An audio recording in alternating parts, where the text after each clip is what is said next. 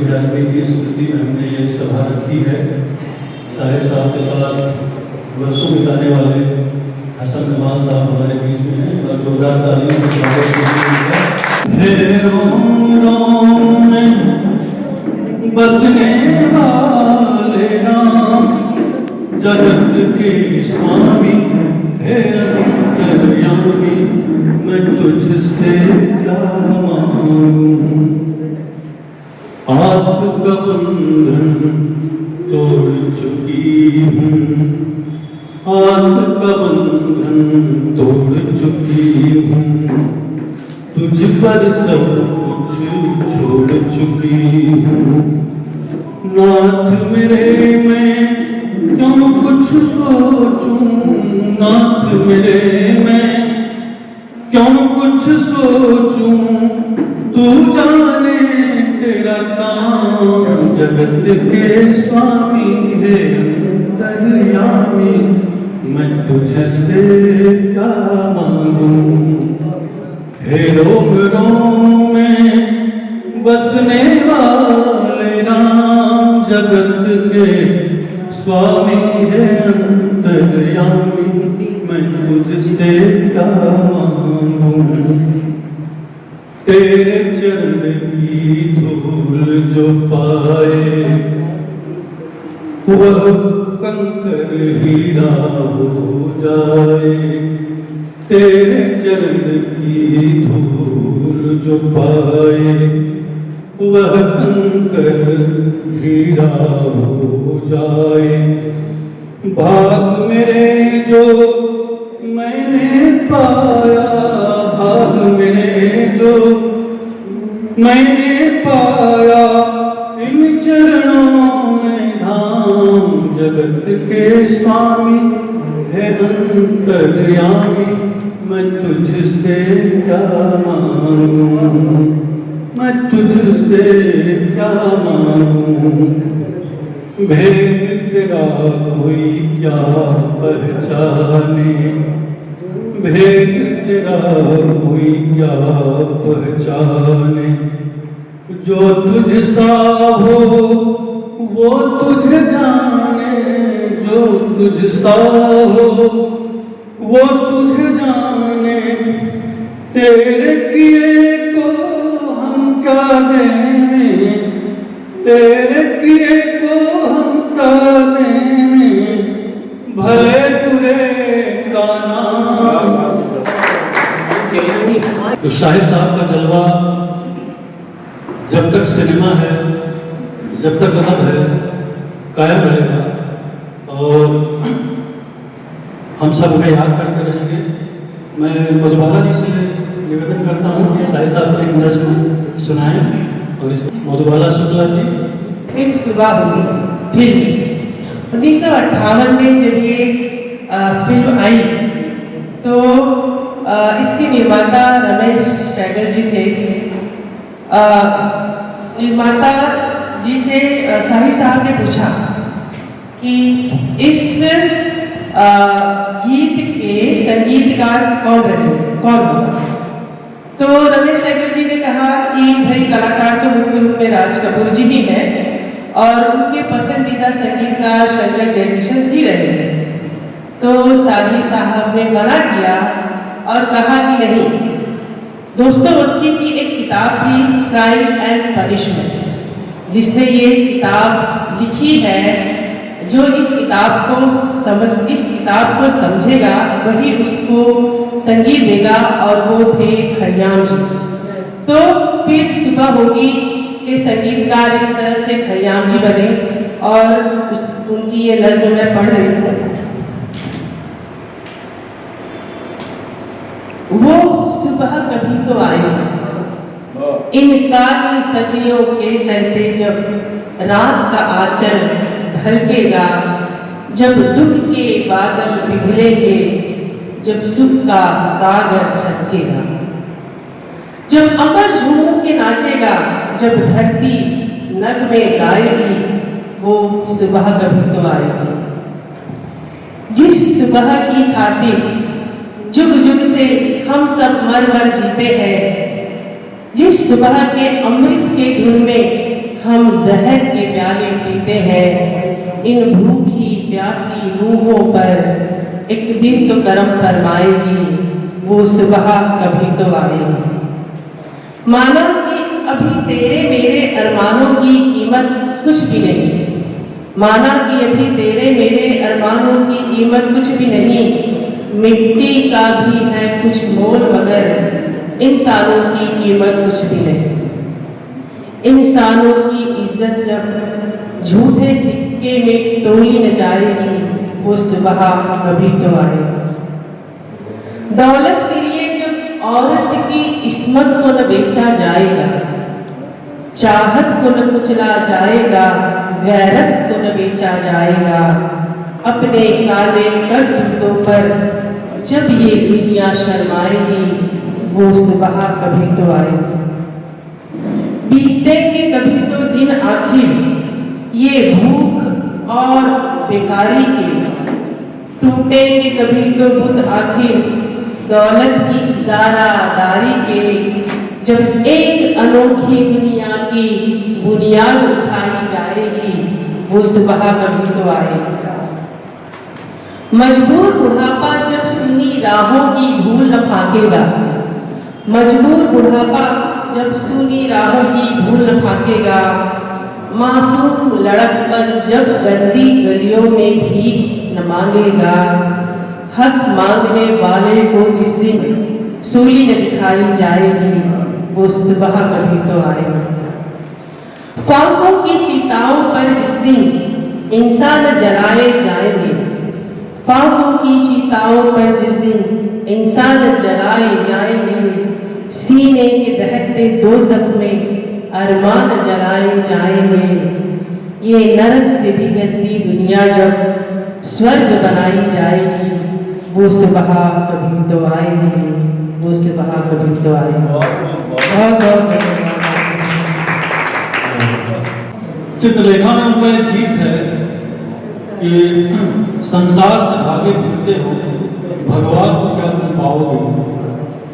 उसमें एक पंक्ति आती है कि यह भोग भी एक तपस्या है, तुम त्याग के मारे क्या जादू। अपमान रचेता का होगा, रचना को अगर टकराओगे। तो इस व्यंजना को समझने के लिए इन दो पंक्तियों पर पूरी थीसिस लिखी जा सकती है। इसीलिए हम साहित्य के दीवाने हैं, या दुनिया भर में साहित्य लोग याद करते रहते हैं। उनके अवदान को भूलना असंभव ही है।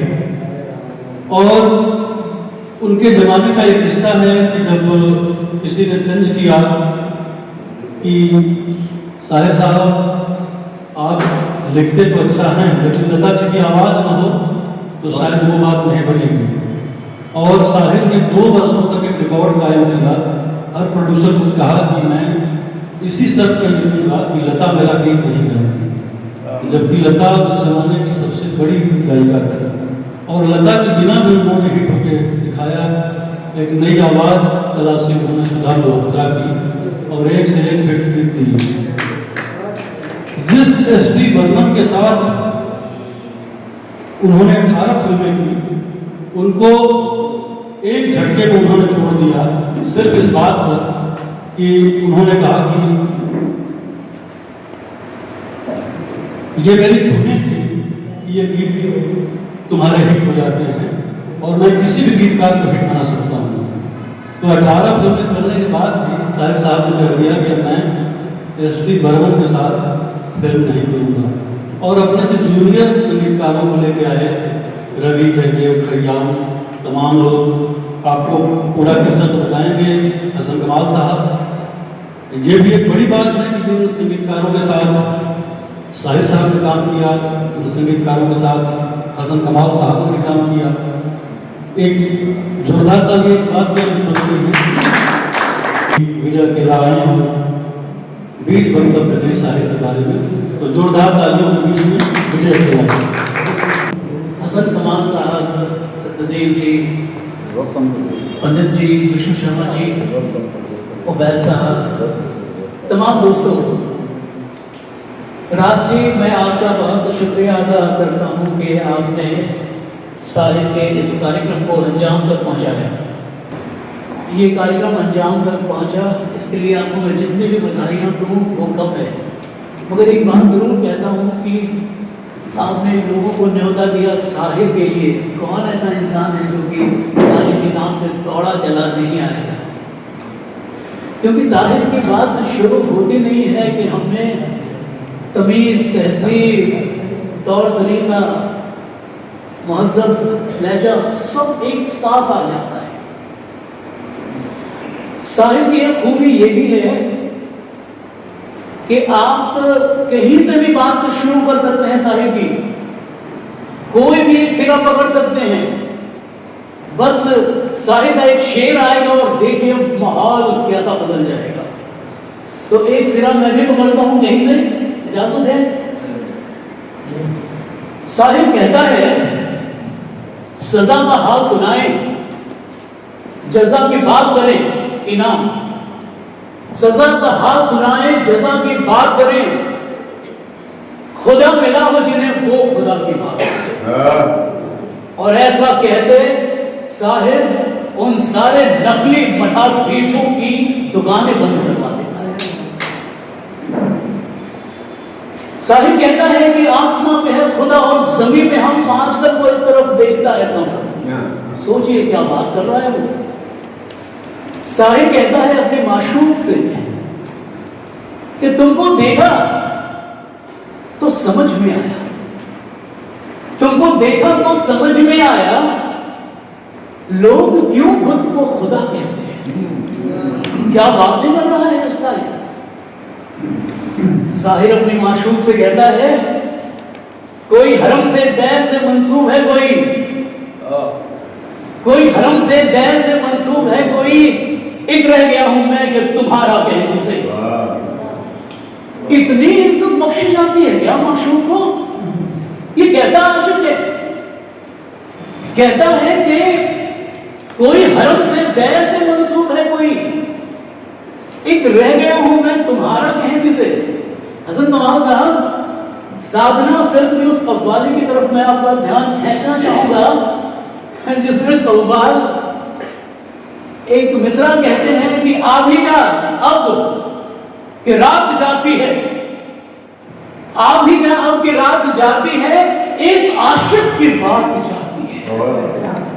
अब ये किस आशिक की बात साहिर कर रहा है? तो साहिर उस आशिक की बात कर रहा है जिसके कुछ मिसरे में सुनाता हूं, कहीं यहां से लेके कभी उधर से लेके। साहिर उस आशिक की बात कर रहा है, उसकी नजर में माशूक का वो दर्जा है कि कहता है साहिर के खुशबू चमन को छोड़ के जुल्फों में आ गई। ये कौन है भाई? कौन हो भाई साहिर तुम? इतनी इज्जत क्यों कर रहे हो माशूक की? खुशबू चमन को छोड़ के जुल्फों में आ गई, हम अपने मनपसंद पनाहों में आ गए। जब हम सिमट के आपकी बाहों में आ गए, लाखों हसीन ख्वाब निगाहों में आ गए। तरह तरह के पहलू होते हैं, अलग अलग अवस्थाएं होती हैं। वही साहिर कहता है, भूले से मोहब्बत कर बैठा, नादा का बेचारा दिल ही है, हर दिल से खता हो जाती है, बिगड़ो ना खुदारा दिल ही तो है। गालिब ने कहा था दिल ही तो है, नसलो खिस्त दर्द से भर ना आए क्यों, रोएंगे हम हजार बार कोई हमें बुलाए क्यों। और साहिर कहता है कि भूले से मोहब्बत कर बैठा, नादान का बेचारा दिल ही तो है, हर दिल से खता हो जाती है, बिगड़ो ना खुदारा दिल ही तो है। अब ये कौन सा पहलू है कि साहिर अपनी माशूकी से कह रहा है कि यूं ही दिल ने चाहा था रोना रुलाना, यूं ही दिल ने चाहा था रोना रुलाना, तेरी याद तो बन गई एक बहाना। ये क्या है? क्या साहिर अपने दिल के फफोले फोड़ रहा है? कर क्या रहा है वो? इतना नाजुक आएगा वो? अच्छा, कहता है साहिर के रूह में जल उठे बुझती हुई यादों के दिए, रूह में जल उठे बुझती हुई यादों के दिए, कैसे दीवाने थे हम आपको पाने के लिए। यूं तो कुछ कम नहीं जो आपने एहसान किए, पर जो मांगे कितने भूले हुए जख्मों का पता याद आया, आपने याद दिलाया तो हमें याद आया। अगर आप मोहब्बत करते हो, अगर आप शायर हो, तो इस राह से होके गुजरना ही पड़ेगा आपको, और वहाँ पे साहिर साहब की मुलाकात होगी। जब हिजर का मौसम आएगा, जब जुदाई का मौसम आएगा, जब विरह आएगा, ये दिल तुम में कहीं लगता नहीं, हम क्या करें। आप यहाँ से होके गुजरेंगे ही, और फिर जब ये देखेंगे कि साहिब ने कह दिया है, तो आपको दूसरी राह चुननी पड़ेगी। बच ही नहीं सकते आप। ये दिल तुम में कहीं लगता नहीं, लेकिन ये दिल तुम में कहीं लगता नहीं, हम क्या करें। मैं कितने पहलू उजागर किए हैं साहिब ने। साहिब कहता है कि मोहब्बत कर दो लेकिन मोहब्बत रास आएगी। दिलों को बोझ लगते हैं कभी जुल्फों के साए भी। हजारों गम है दुनिया में, अपने भी पराए भी, मोहब्बत ही का गम तन्हा नहीं, हम क्या करें। क्या बात है। चलिए एक और बात, माशूक की बात चल रही है और गीत की बात चल रही है, तो साहिब की अगर आप इजाजत दें तो ताजमहल सुना। ताज तेरे लिए एक मजहर उल्फत ही सही, ताज तेरे लिए एक मजहर उल्फत ही सही, तुझको इस वादी रंगी से अकीदत ही सही। मेरी महबूब कहीं और मिला कर मुझसे, बस में शाही में गरीबों की गुजर क्या मानी। सब के ससुराल में मुसक्वत शाही के निशान पे उल्फत भरी रूहों का सफर क्या मानी। मेरे महबूब बसे पड़ता है तशहीर वफा, तूने सदवत के निशानों को तो देखा होगा, मुर्दा शाही के मकाबरे से फैलने वाली अपने तारीख मकानों को भी देखा होगा। अनगिनत लोगों ने दुनिया में मोहब्बत की है, कौन कहता है कि सादत जज्बे उनके, लेकिन उनके लिए तशहीर का सामान नहीं, क्योंकि वो लोग भी अपनी ही तरह मुफलिस थे। ये इमारत मखाबिर, ये वसीले, ये हिसार, मुतलकुल हुक्म शहंशाहों के अज़मत के सुतून, दामने तहर में उस रंग की गुलकारी है जिसमें शामिल है तेरे और मेरे अजदाद का खून। मेरे महबूब उन्हें भी तो मोहब्बत होगी, जिनकी सन्नाई में बख्शी है इसे शक्ल जमील, जिनके प्यारों के मकाबिर रहे बेनामो नमूद, जिन पे अब तक न जलाई किसने खंदील। ये चमनज़ार, ये जमुना का किनारा, ये महल, ये मुनक्कश दरो दीवार, ये मेहराब, ये ताक, एक शहंशाह ने दौलत का सहारा लेकर हम गरीबों की मोहब्बत को उड़ाया है मजाक। मेरी महबूब कहीं और मिला तो मुझसे। देखिए मैं तो बोलता जाऊंगा साहिब के बारे में, बात खत्म नहीं होगी। किस पहलू की तरफ इशारा करें। पहुँच कर रश्क अपनी आंखों से मुस्कुराओ तो कोई बात बने, सर झुकाने से कुछ नहीं होगा, सर उठाओ तो कोई बात बने। जिंदगी भीख में नहीं मिलती, जिंदगी बढ़ के छीनी जाती है, अपना हक पसंद दिल जमाने से छीन पाओ तो कोई बात बने। नफरतों के जहान में हमको प्यार की बस्तियां बसानी है, दूर रहना कोई कमाल नहीं, पास आओ तो कोई बात बने। रंग और नस्ल, जात और मजहब जो भी हो आदमी से कमतर है, रंग और नस्ल, जात और मजहब जो भी हो आदमी से कमतर है। इस हकीकत को तुम भी मेरी तरह मान जाओ तो कोई बात बने। देखिए मैं एक दो और बातों की तरफ इशारा करके अपना स्थान ग्रहण करता हूँ। मेरे पास हसन तमाम साहब ज़्यादा बताएंगे, क्योंकि बी आर चोपड़ा की फिल्मों में साहिर लिखा करते थे और उनके जाने के बाद आपने ही वो जगह अख्तियार की, तो आपको बहुत सारे किस्से कहानियाँ मालूम होंगी। देखिए जितना सम्मान साहिर को मिला वो भी कमाल की बात है, मिलना ही चाहिए था। इतना सम्मान किसी भी शायर को हमारे फिल्म इंडस्ट्री में नहीं मिला। कैसे बताता हूँ। बी आर चोपड़ा साहब की तमाम बेहतरीन फिल्मों की कहानियां, संगीतकार, आर्टिस्ट, म्यूजिक डायरेक्टर सब बदलते गए, मगर साहित्य भी नहीं बदला। मेरे पास एक रिकॉर्डिंग है बी आर चोपड़ा साहब की, उनकी आवाज में वो कहते हैं कि कभी कभी जब हम बैठते थे रात के वक्त, कुछ जाम चलता था, साहिर जरा बहक जाते थे और फिर हम सब लोग एक प्रण करते थे, ठानते थे कि भाई अब बहुत हो चुका, साहिर कुछ ज़्यादा बातें कर रहे हैं, कुछ चढ़ के बातें कर रहे हैं। अब इनको रहने देते हैं अगली फिल्म के लिए। मगर अगली सुबह जब हमारा भी नशा उतरता था तो हमको लगता था कि ये लड़ाइयाँ तो बहुत छोटी हैं, जो शायद हमें मोटिवेशन दे रहा है फिल्मों के लिए। आप चाहें तो मैं इसका ऑडियो आपको सुना सकता हूँ। एक और बात की तरफ इशारा करता हूँ। एक रोज़ मैं जावेद अख्तर साहब के साथ उनकी ही गाड़ी में साहिब के घर परछाइयाँ की तरफ से आगे बढ़ रहा था और मैंने कहा कि जावेद साहब, आप तो साहिब के साथ आपने तो वक्त गुजारा है, आपने उनकी लाइब्रेरी ज़रूर देखी होगी, अब किस अवस्था में है। उन्होंने कहा कि आप पता लगाइए, मैं किसी भी कीमत पे उसको खरीदने को तैयार हूँ। अरे भाई, जावेद अख्तर साहब की हस्ती के सामने मेरी क्या हस्ती है? वो चाहें तो कर सकते हैं, वो चाहते तो कर सकते थे।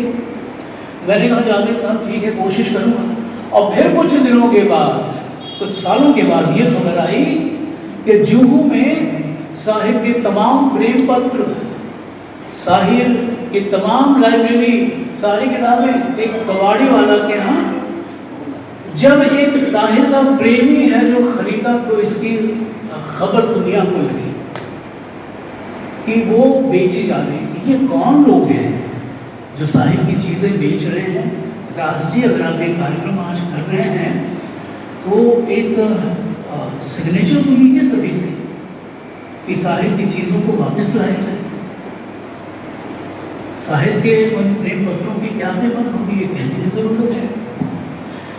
अच्छा, आखिरी बात तो कह के मैं रखता हूँ। मैं एक अनावश्यक तुलना कर रहा हूँ एक अफसाना निगार से साहिब की।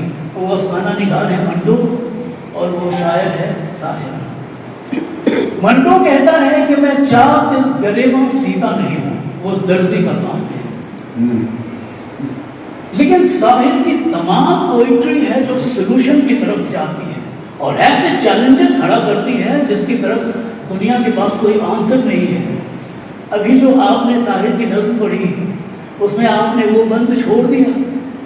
आपने ये तो पढ़ा कि माना कि अभी तेरे मेरे अरमानों की कीमत कुछ भी नहीं, मिट्टी का भी है कुछ मोल मगर इंसानों की कीमत कुछ भी नहीं। इंसानों की कीमत जब घोड़े सिक्कों में न तोली जाएगी वो सुबह कभी को आएगी। मगर एक आंसर है उसके बाद में कि मनहूस समाजी ढांचों में जब जुर्म न पाले जाएंगे, जब हाथ न काटे जाएंगे, जब सर न उछाले जाएंगे, जेलों के बिना जब दुनिया की सरकार चलाई जाएगी वो सुबह कभी से आएगी।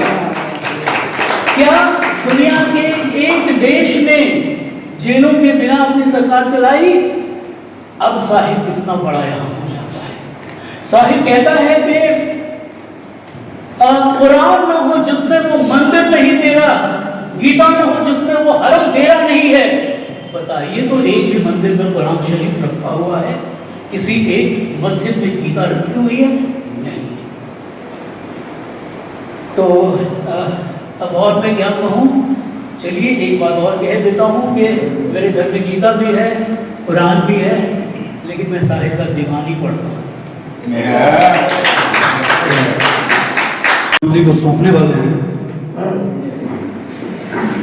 कि उनकी बिल्डिंग में परछाइयाँ है उसको स्मारक घोषित किया जाए और साहिब साहब के नाम पे वहाँ एक संग्रहालय स्थापित किया जाए। आप सबको अगर पता न हो तो हो जाना चाहिए कि पहले रेडियो और विविध भारती पर गीतकार का नाम नहीं आता था। ये साहिब साहब थे जिनकी वजह से रेडियो पर गीतकार का नाम आना शुरू हुआ। तो कितनी बड़ी बात थी कि उन्होंने इस एक मुद्दे को लेकर अपना सारा काम धाम छोड़ करके और दिल्ली की कई बार यात्राएं की और महानिदेशक से मनवाया कि नहीं, गीतकार सबसे अहम होता है और उसका कंट्रीब्यूशन इतना बड़ा होता है कि उसका नाम आना ही चाहिए।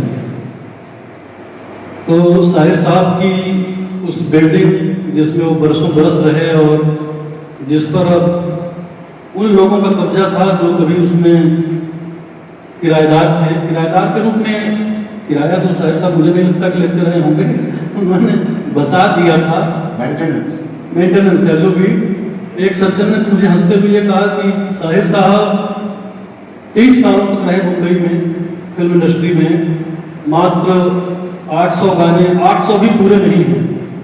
कारण उसका ये था कि वो बहुत हाईएस्ट पेड राइटर थे, तो जो छोटे प्रोड्यूसर थे वो आसपास मंडराते रहते थे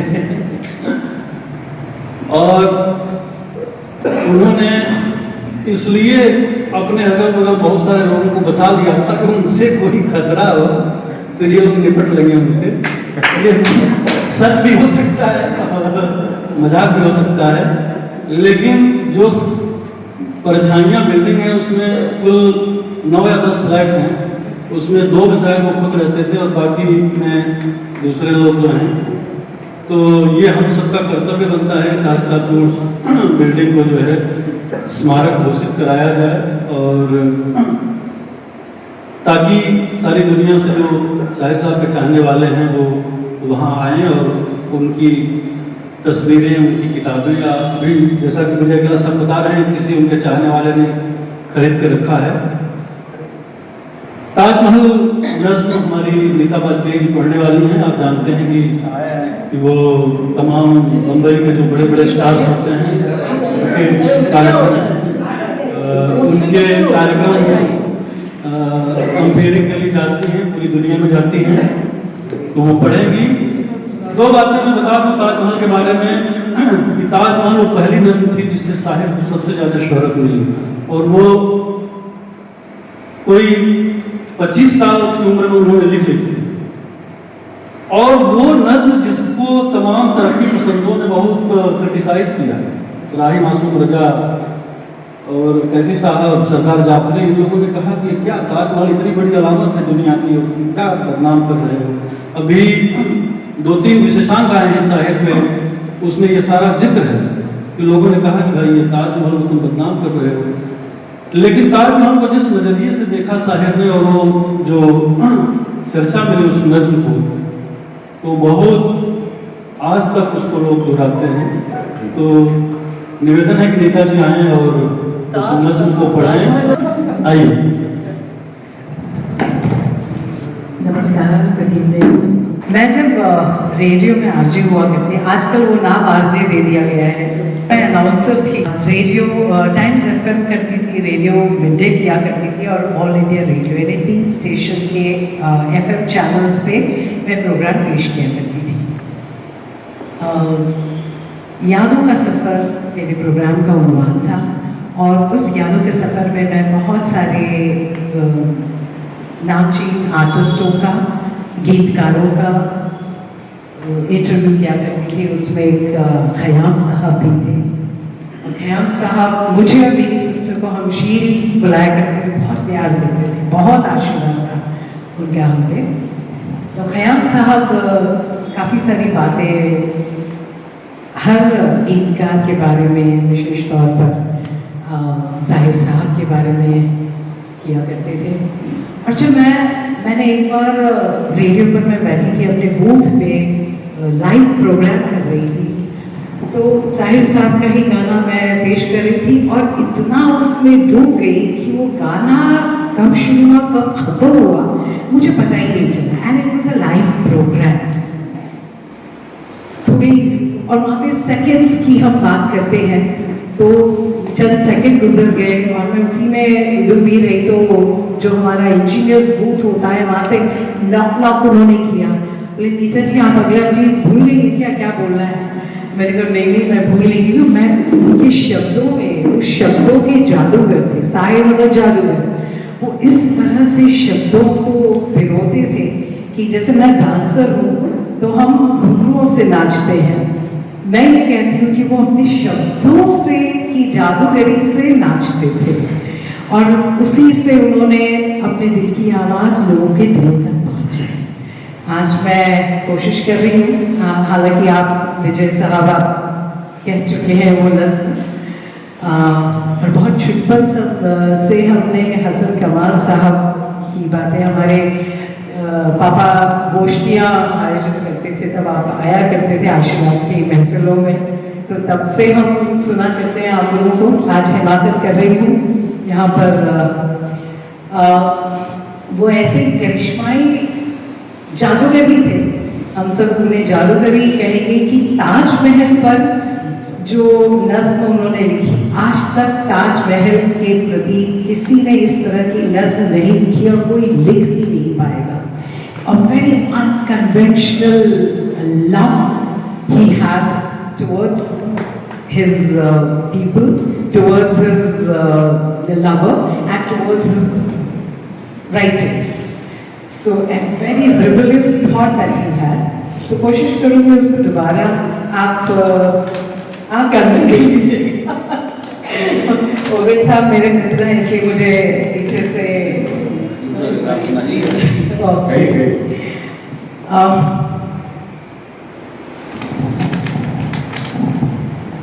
ताज तेरे लिए एक मजहर उल्फत ही सही, ताज तेरे लिए एक मजहर उल्फत ही सही, तुझको इस वादी रंगी की अकीदत ही सही, मेरी महबूब कहीं और बुलाकर मुझसे, बस में शाही में गरीबों का गुरूर क्या मायने, बस में शाही में गरीबों का गुजर क्या मायने, सब्त जिस राह में हो सत्वत शाही के निशान, उस पे उल्फत भरी रूहों का सफर क्या मायने, मेरी महबूब बस पर्दाए तशहीर वफा, तूने सत्वत के निशानों को तो देखा होता, मुर्दा शाहों के मकाबिर से बहलाने वाली अपने तारीख मखानों को तो देखा होता, अनगिनत लोगों ने दुनिया में मोहब्बत की है, कौन कहता है कि सादिक न थे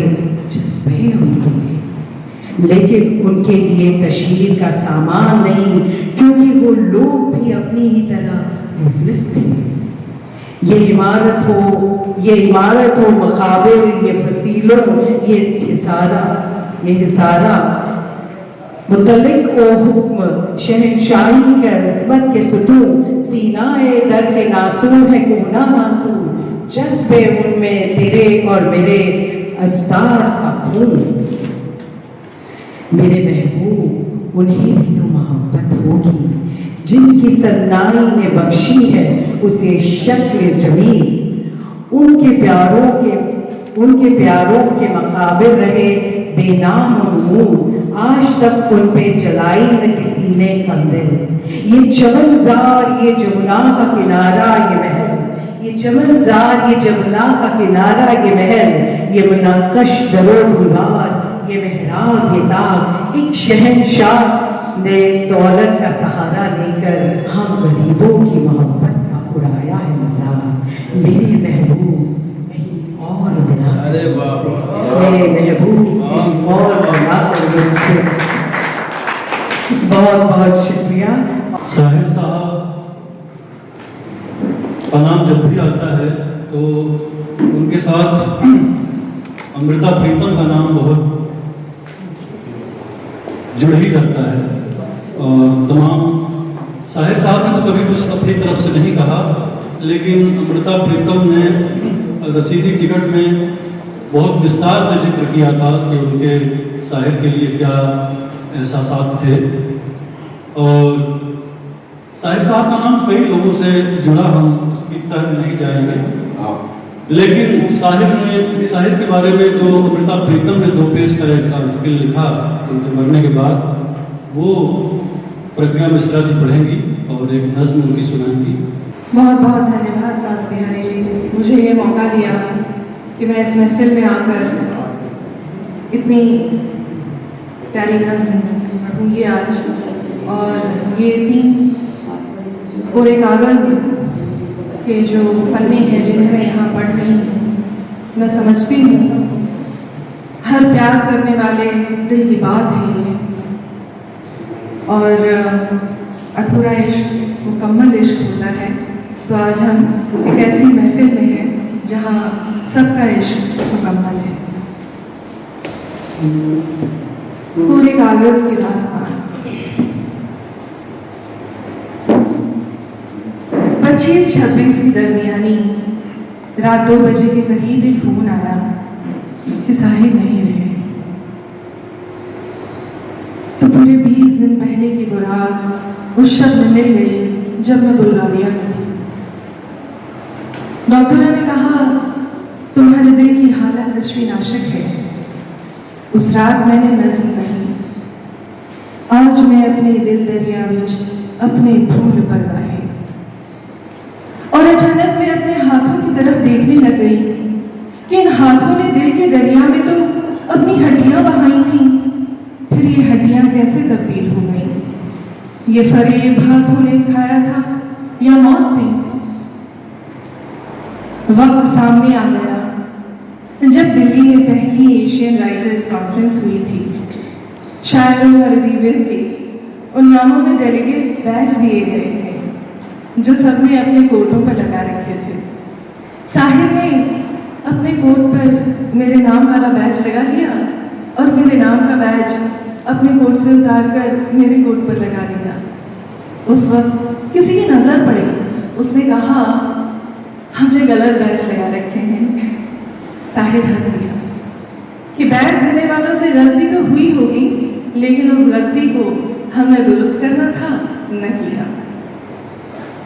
अब बरसों बाद जब रात के 2 बजे खबर सुनाई कि साहिर नहीं रहे, तो लगा जैसे मौत ने अपना फैसला उस बैज को पढ़कर किया जो मेरे नाम वाला था और साहिर के कोट पर लगा हुआ था।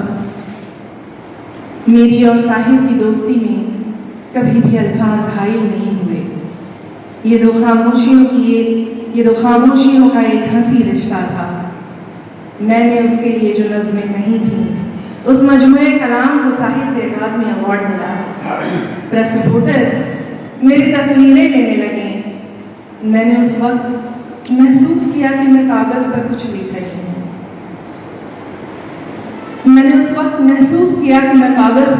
रही हूँ। फोटोग्राफर जब तस्वीर लेकर चले गए तो कागज़ उठाकर देखा, उस पर बार बार सिर्फ एक ही लफ्ज़ लिखा था, साहिर साहिर साहिर। अपनी इस दीवानगी के आलम पर बाद में घबराहट हुई कि सुबह जब अखबार में तस्वीर छपेगी और तस्वीर वाले कागज़ पर से ये नाम भी पढ़ा जाएगा तो कैसी कयामत आएगी। लेकिन कयामत नहीं आई। तस्वीर छपी तो कागज़ बिल्कुल कोरा दिखाई दे रहा था। ये अलग बात है कि बाद अज़ां ये हसरत रही कि खुदाया ये कागज़ वो खाली कागज़ दिखाई दे रहा था, ये खाली कागज़ नहीं था। शायद यही कोरे कागज़ का रिश्ता था कि आज से 30 बरस पहले जब तलखियाँ का एक नया एडिशन शाये हो रहा था तो साहिर ने मुझे उसका दिवाचा लिखने के लिए कहा था, मगर मेरे एहसासात मेरी तरह खामोश रहे। न जाने कोरे कागज़ की एक ऐसी जिद थी कि तलखियाँ का दिवाचा नहीं लिख पाई। कोरे कागज़ की आग आज भी उसी तरह है। मैंने अपनी सवारी में उंगली जीवनी की रसीदी टिकट में मुआशरे की दास्तान लिखी थी। साहिर ने पढ़ी थी, लेकिन उसके बाद किसी भी मुलाकात में रसीदी टिकट का जिक्र न मेरी ज़बान पर आया न साहिर की ज़बान पर। आज जब साहिर दुनिया में नहीं और तलखियाँ का एक नया एडिशन छप रहा है तो इस पब्लिशर ने चाहा कि इसका दिवाचा लिख दूँ। नज़्मों के बारे में कुछ नहीं कहूँगी क्योंकि साहिर की शायरी का मुकाम लोगों की रूह और तारीख की रगों का हिस्सा बन चुका है। मुझ पर साहिर का कर्ज था।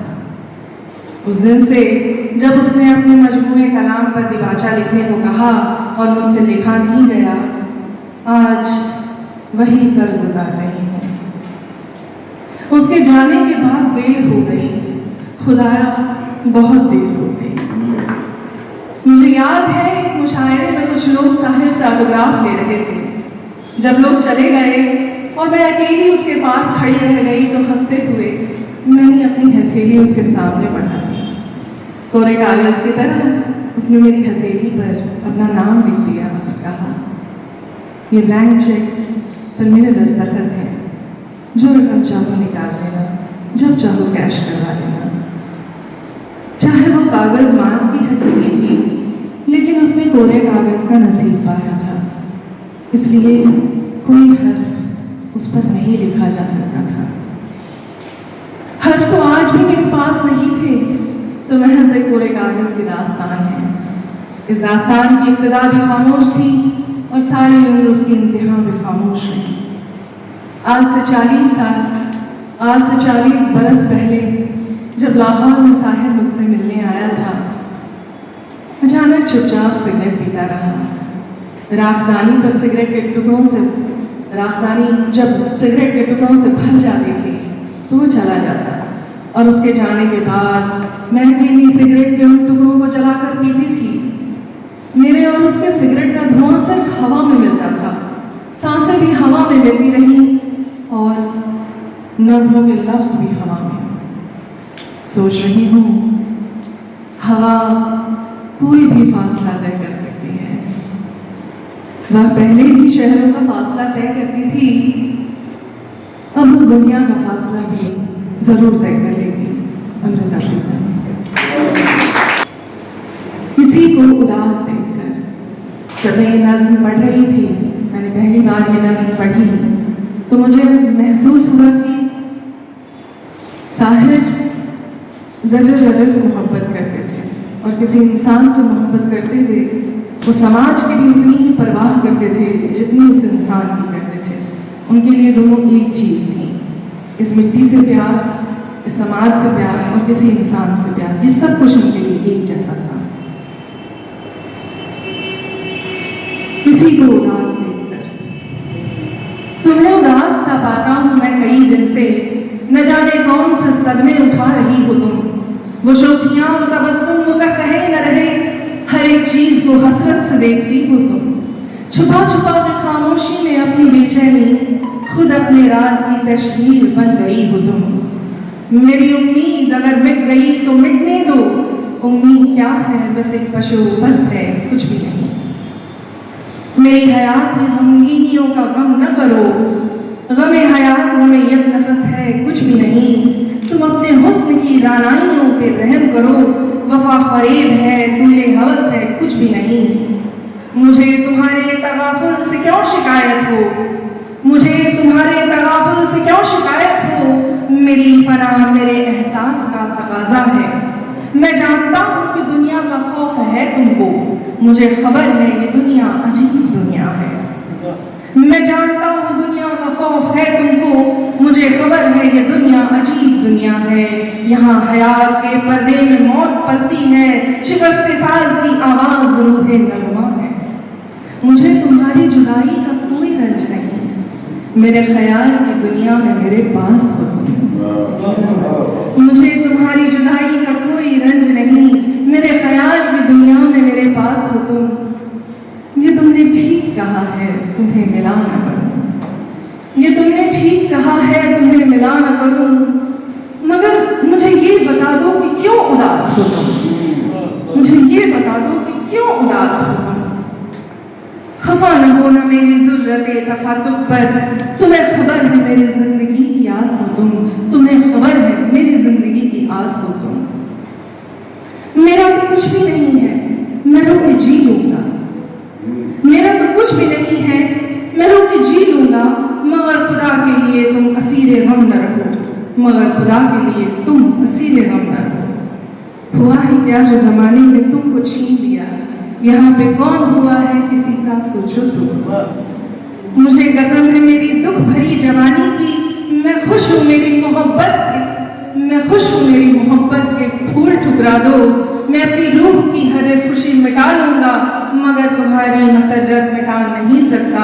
मैं खुद को मौत के हाथों में सौंप सकता हूँ, मगर ये बारे मसाइब उठा नहीं सकता। तुम्हारे गम के सिवा, तुम्हारे गम के सिवा और भी तो गम है मुझे। निजात जिनसे मैं एक लहजा पा नहीं सकता, निजात जिनसे मैं एक लहजा पा नहीं सकता। ये ऊंचे ऊंचे मकानों के ड्योढ़ियों के तले, हर एक गांव पे भूखे भिखारियों की सदा, हर एक घर में है इफलास और भूख का शोर, हर एक सिमत ये इंसानियत की आहू बुका। ये कारखानों में लोहे का शोर-ओ-गुल जिसमें है दफन लाखों गरीबों की रूह का नगमा। ये शाहराहों पे रंगीन साड़ियों की झलक, ये झोपड़ों में गरीबों के बेकफन लाशें, ये माल रोड पे कारों की रेल पेल का शोर, ये पटरियों पे गरीबों के जर्द रूह बच्चे, गली गली में ये बिकते हुए जवां चेहरे, हसीन आंखों में अफसरदगी सी छाई हुई, ये जंग और ये मेरे वतन के शोख जवां, खरीदी जाती है उठती जवानियां जिनकी। ये बात पे कानून और ज़ाबिते की गिरफ्त, ये जिल्लत, ये गुलामी, ये दौर मजबूरी, ये गम बहुत है मेरी जिंदगी मिटाने को, ये गम बहुत है मेरी जिंदगी मिटाने को। उदास रह के मेरे दिल को और रंज न दो, उदास रह के मेरे दिल को और रंज न दो। ताहिर साहब जितने बड़े शायर थे, बाद में उनके अदल बदल रहने वालों का कहना है कि जबान दराजी भी उनकी बहुत ज़्यादा हो गई। आप सोच नहीं सकते, आज कोई प्रोड्यूसर सोच नहीं सकता, गीतकार सोच नहीं सकता कि वो प्रोड्यूसर को कुछ बोल सकता है, लेकिन वो शाहिर ही थे कि चोपड़ा साहब को कुछ भी बोल देते थे और चोपड़ा साहब सुन लेते थे। उसका कारण यही था कि उनके गीतों की अहमियत लोगों को पता थी। जब मुंबई में आए शाहिर साहब, अजीब अजीब दुर्घटनाएं उनके साथ हुई। इस्मत चुगताई जो बहुत मशहूर अफसाना निगार थी, उनके पतिदेव शाहिद लतीफ़ साहब प्रोड्यूसर थे। शाहिद साहब का नाम पूरी दुनिया में हो चुका था तलखियाँ की वजह से, शायर के रूप में सारे तरक्की पसंद लोग उनके कायल थे। लेकिन शाहिद लतीफ़ ने उनको यहाँ तक बोल दिया था कि भाई आपकी खाने पीने की व्यवस्था तो हम कर देंगे, लेकिन ये गीत वीत लिखने का मामला, ये रिस्क हम आपसे नहीं ले सकते हैं। बाद में वही शाहिद लतीफ़ उनसे जब वो हिट हो गए तो उनसे उन्होंने गीत लिखवाए और शाहिद साहब ने कुछ इनकार नहीं किया, न उनको पुरानी बात याद दिलाई। एक ज़माने में डी.एन. मधोक साहब जब शाहिद साहब स्ट्रगल करने के लिए आए थे तो डी.एन. मधोक को उन्होंने कहा कि क्या मधोक साहब आप बहुत हल्की बातें लिखते हैं, थोड़ा सा गहराई लाइए। तो उन्होंने तंज किया कि मैं गीत चाहे जितना हल्का लिखता हूँ, मेरा पासबुक बहुत भारी है। शाहिद साहब को ये बात चुप गई और जब वो सफल हो गए तो उन्होंने मधोक साहब को कहा कि मधोक साहब किसी दिन आइए, मेरा पासबुक मिला लिया है। ये जलवा था शाहिद साहब का कि 30 साल में सिर्फ लगभग 800 गीत, और तमाम लोगों ने 30 साल में कौन कौन से रिकॉर्ड बना लिए हैं, लेकिन उनके गीतों को कुछ अता पता नहीं है। मैं विष्णु शर्मा जी हैं हमारे साथ, और शाहिद साहब से इनका भी बड़ा राब्ता रहा है, तो ये नज़्म भी पढ़ेंगे और शाहिद साहब के बारे में अपने अनुभव बताएंगे। जरा जोरदार तालियों से इनका स्वागत करें। विष्णु शर्मा, बहुत बहुत शुक्रिया। आप सभी साहिबानों को आदाब। इजाज़त दें कि मैं कुछ बात इतने बड़े शायर के बारे में कर सकूं। शाहिद साहब से मेरी पहली मुलाकात चंडीगढ़ में हुई, 74 25-26 साल का रहा था उस वक्त। मैं बड़ी बात कह रहा था त्रिपाठी जी के सामने कि मैं तो 47 में पैदा हुआ, बोले चुप रहो, मैं 42 में पैदा हुआ। तो मैं कानपुर को गया कि ठीक है। तो जब मैं मिला था उनसे, तो एक साहब वहां गाने के लिए आए थे, तो कभी कभी कोई बात वो ये अक्सर कहा करते थे कि लोग मुझे ऐसा सोचते हैं, मैं बहुत सोचता हूँ इसलिए बहुत अच्छा लिखता हूँ, लेकिन मैं कहता हूँ कि मैं बहुत पढ़ता हूँ इसलिए अच्छा लिखता हूँ। उसी महफिल नहीं कहूँ, नशिद समझ लिए, काफी देर के बाद बोले कुछ इंतजाम नहीं है क्या? तो अब मैं वहां पे जुड़े पहुंचता था कि मैंने कहा जनाब मैं एक मिलिट्री वाले को जानता था, मैंने कहा वहां इंतजाम हो सकता है।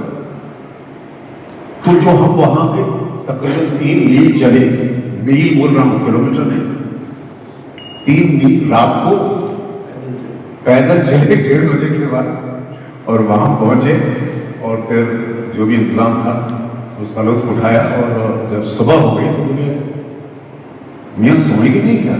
मैंने कहा हुजूर 5 बज रहे, सुबह हो चुकी। तो कहीं ना कहीं कोई एक लाइन आई थी उस वक्त, जो बात में रस्म बन गई, इन्होंने सुनाई थी। कुछ चीज़ों के बारे में मैं थोड़ी सी अलग अलग बता देता हूँ, जो कभी कोई पत्रकार अगर उसके लिए लिखेगा तो ये लिखेगा कि क्या साहिर को किसी ने रोते हुए देखा। हालांकि ये भी कह सकते हैं कि हंसते हुए देखे, लेकिन वो कभी कभी हंस लेते थे और वो हंसी बड़ी बहुत बाकमाल हुआ करती थी। एक बहुत बड़ी थिएटर पर्सनैलिटी थे गार्गी साहब। उन्होंने कोई अपने महबूबा का किस्सा सुनाया और ये बताया कि उनकी किस तरह से मौत हो गई और काफी लंबा सुनाया। अचानक सिसकियों की आवाज आई तो मुझे तो ये अंदाजा ही नहीं था कि साहिर साहब रोएंगे। वो भपक भपक के रो रहे थे। मुझे कहा क्या हो गया, क्या तकलीफ होगी, मुझे भी रोना आना चाहिए था। इवन गार्गी साहब को लगा कि मैंने ऐसा क्या कह दिया। खैर जो भी चीज थी वो जो जहां लगी थी सही जगह पे तीर लगा कर, और फिर कुछ ऐसा लिखा गया जो आज तक लोग याद करते हैं। वो भी विजय, क्योंकि अकेले ऐसे हैं जो बहुत ज्यादा उनके बारे में जानते हैं, उनकी शायरी के बारे में जानते हैं। मेरी याददाश्त इतनी अच्छी नहीं है, लेकिन वो बेहतर मेरे से जानते हैं उस चीज को। साहिर साहब का एक और चीज था कि वो बेबाक थे। किसी ने कहा वो तुनक मिजाज थे और वो कभी कभी ऐसे हो जाते थे लोगों को अनप्रिडिक्टेबल जिसको कहते हैं, कि अंदाजा नहीं होता था कि ऐसा कुछ हो जाएगा। वो कभी कभी ऐसे ही उठ के चलते थे। यश जी के यहाँ ऐसा हुआ। मैं 78-79 में मुंबई आया था और मुंबई में मेरी मुलाकातें उनसे गिनी चुनी हुई। मुंबई से बाहर बहुत हुई, दिल्ली में, चंडीगढ़ में, वहां बहुत हुई। तो मेरे से पूछा, यश जी ताकि हुए थी ये बंदा चला ही गया। मैं तो कुछ क्या नहीं, मैंने कहा नहीं आपने कहा था कि इसे बदल दे, कुछ एक लफ्ज था। उन्होंने कहा कुछ नहीं। फिर बाद में कराया गया उनसे जो भी कुछ, बहुत सारे किस्से हैं। मेरी तकरीबन उनके साथ 7 या 8 मुलाकातें हुई थी, इन सारी जितना मैं उनसे मिल पाया उसमें, और मुझे बहुत कुछ उनसे मिला। और मुझे याद है कि जब वो 2 ही शेर याद है, और आपको जिसको भी पंजाबी आती होगी बहुत कम लोगों को पता था कि है या होगा या हो भी सकता है, क्योंकि अभी अभी मैं बोल रहा था कि 47 पैदा हुआ तो जवाब मिल गया, तो पता नहीं किसी को पता भी हो। तो पंजाबी में एक उनका कलाम है, 2 शेर मुझे याद है, सुना देता हूं आप लोगों को। मेरा दिल खोल देने यार, इना यारान की आखा। मेरा दिल खोल देने यार, इना यारान की आखा। ये मेरे कत्ल का किस्सा है, तलवारा की आखा। ये मेरे कत्ल का किस्सा है, तलवारा की आखा। और सुई दी नोक चों लगे किमें गुलजार दे गुलचे। सुई दी नोक चों लगे किमें गुलजार दे गुलचे। वफा दे गंज मुरझाए हुए हराना किया था। ये मेरे खत्म किस्सा है, तलवारा किया था। जैसा कि विजय ने कहा कि जो भी उन्हें जानता है अगर उनके बारे में बातें करना शुरू करेगा तो करता ही चला जाएगा। अमृता भीतर ने लिखा कि मैं उनकी सिगरेटों के टुकड़े पिया करती थी, और वहाँ से शायद उन्होंने ये भी लिखा है कि मेरी आदत हुई स्मोकिंग की। मैं स्मोकिंग को प्रमोट नहीं कर रहा हूँ किसी भी हालत में, लेकिन एक वक्त ऐसा था मैं उनके साथ था, और दिल्ली की बात है कि सिगरेट की दुकानें बंद हो गई और सिगरेट नहीं मिल रही थी, तो हम वहाँ वापस आए जहाँ नशिश थी या महफिल जमी हुई थी, और फिर वो टोटे इकट्ठे किए गए और फिर साहिर साहब ने खुद भी है। इसके बाद टोटे उनको बोलते हैं टुकड़े, सिगरेट के जो टुकड़े होते हैं टोटे, तो उन टोटों को उन्होंने किया और फिर कुछ था उनके दिमाग में से वो उन्होंने, खैर उनकी बहुत मशहूर नज़मों को पढ़ने के लिए मुझे कहा है रासबिहारी ने, मेरे अजीज नहीं को उनकी बात माननी पड़ती है मुझे। चकले आप सब लोग जानते होंगे, इसको तो बताने की जरूरत नहीं। ये कूचे, ये नीलाम हर दिलकशी के, ये लुटते हुए कारवां जिंदगी के, कहाँ है मुहाफिज खुदी के, सना खाने तख्ती से मशहूर कहाँ है। मैंने इसको जोड़ा है कि जिन्हें नाज है हिंद पर वो कहाँ है। अब इसका भी एक किस्सा है कि ये बदलना है, बदलना नहीं चाह रहे थे, लेकिन बाद में पता नहीं कैसे राजी हो गए, मुझे तो लगा नहीं कैसा हो सकता था, पर हुआ। ये मुल्क में चिगनियां, ये ख्वाब, ये बेख्वाब बाजार, ये गुमनाम राहें होगा, ये गुमनाम राहें, ये सिक्कों की झंकार, ये इस्मत के सौदे, ये सौदे के तकरा, सना खाने तकदीर से मशहूर कहाँ है, जिन्हें नाज है हिंद पर वो कहाँ है। ताकुल से नीम रोशन की ये गलियां, ये मसली हुई अधकिली जर्द गलियां, ये बिकती हुई खोखली रंग रलियां, सना खाने तकदीर से मशहूर कहाँ है। वो उजले दरीचों में पायल की छन छन, तनफ्फुस की उलझन पे तबले की घन घन, ये बेरूह कमरों में खांसी की ठन ठन, सना खाने तख्ती से मशरक कहाँ है, जिन्हें नाज है हिंद पर वो कहाँ है। ये गूंजे हुए कहकहे रास्तों पर, ये चारों तरफ भीड़ सी खिड़कियों पर, ये आगा से खिंचते हुए आंचलों पर, सना खाने तख्ती से मशरक कहाँ है, जिन्हें नाज है हिंद पर वो कहाँ है। ये फूलों के गजरे, ये पीकों की छींटे, ये बेबाक नजरें, ये गुस्ताख फिक्रे, ये ढल के बदन और ये बदबू चेहरे, सना खाने तख्ती से मशरक कहाँ है, जिन्हें नाज है हिंद पर वो कहाँ।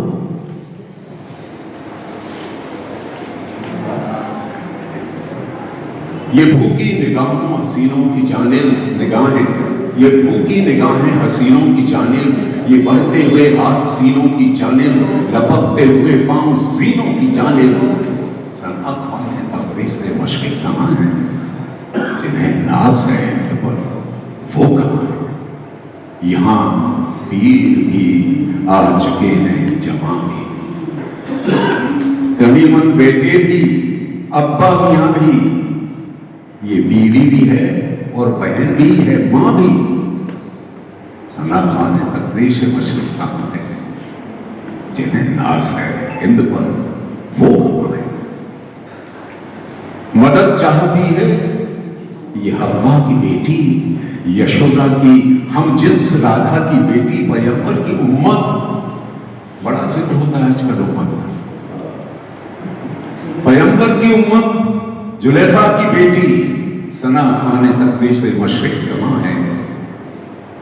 बुलाओ बुलाओ खुदा ने दी को बुलाओ, ये कूचे ये गलियां ये मंजर दिखाओ, सना खाने तख्ती से मशरक को लाओ, सना खाने तख्ती से मशरक कहाँ है, जिन्हें नाज है हिंद पर वो कहाँ है। शुक्रिया। माफी चाह रहा हूं उनसे, मैं एक और नस्ल थी वो ना सुना के मैं वो नस्ल सुना रहा हूं, जानिसार अख्तर और इनके बारे में बहुत सारी गलतफहमियां थी जो लोगों ने फैलाई थी। पता नहीं क्या कहा था कि साहिर के लिए जानिसार अख्तर लिखते हैं और पता नहीं क्या क्या, सब झूठ, सफेद झूठ, गलत, बिल्कुल गलत। क्योंकि एक नज्म उन्होंने मुझे सुनाई जो उन्हें बाकायदा याद थी, और वो थी जानिसार अख्तर, और मैं वो आप लोगों के सामने जरूर पेश करूंगा। जी शाम गम ढल के झोपड़ों की तरफ बन संगीन रात आती है और फिर अपनी रोशनी के लिए आंसुओं के दिए जलाती है।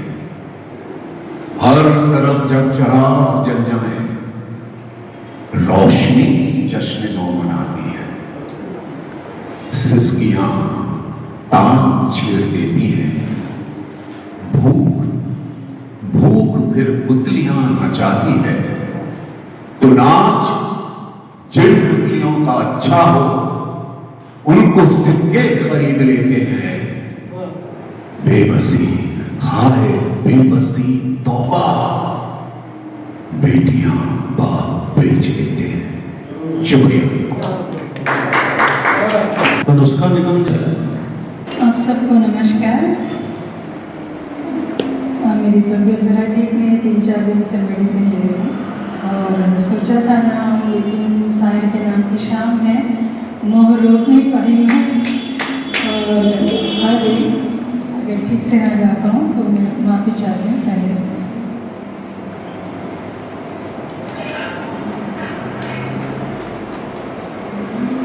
तुम मुझे भूल भी जाओ तो ये हक है तुमको, मेरी बात और है, मैंने तो मोहब्बत की है।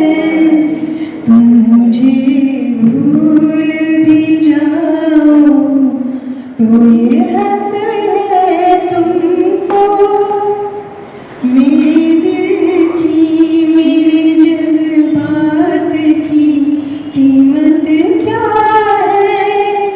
उलझे उलझे से इन सवालात की कीमत क्या है?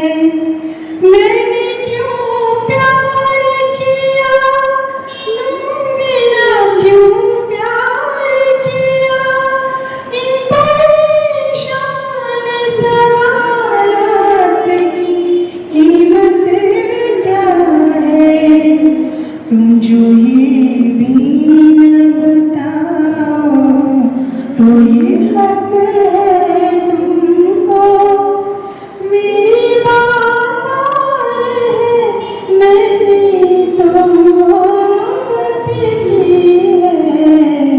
तुम मुझे भूल भी जाओ तो ये हक है तुमको, तुमको दुनिया के गमों दर्द से फुर्सत ना सही, सबसे उल्फत सही, मुझसे मोहब्बत ना सही।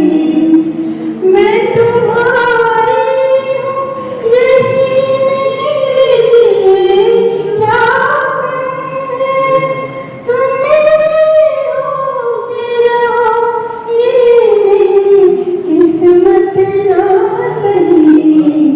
और भी दिल को जलाओ तो ये हक है तुमको, मेरी बात और है, मैंने तो मोहब्बत की है। तुम मुझे भूल भी जाओ तो ये हक है तुमको। मेरी आवाज़ ठीक नहीं है, मुझे सब कुछ हो रहा है कि मैं कैसे गाऊँ, मुझे गा नहीं पा रही, मेरा गला दुख रहा है, मैं मेडिसिन ले रही हूँ। आगे भी जाने न तू, पीछे भी जाने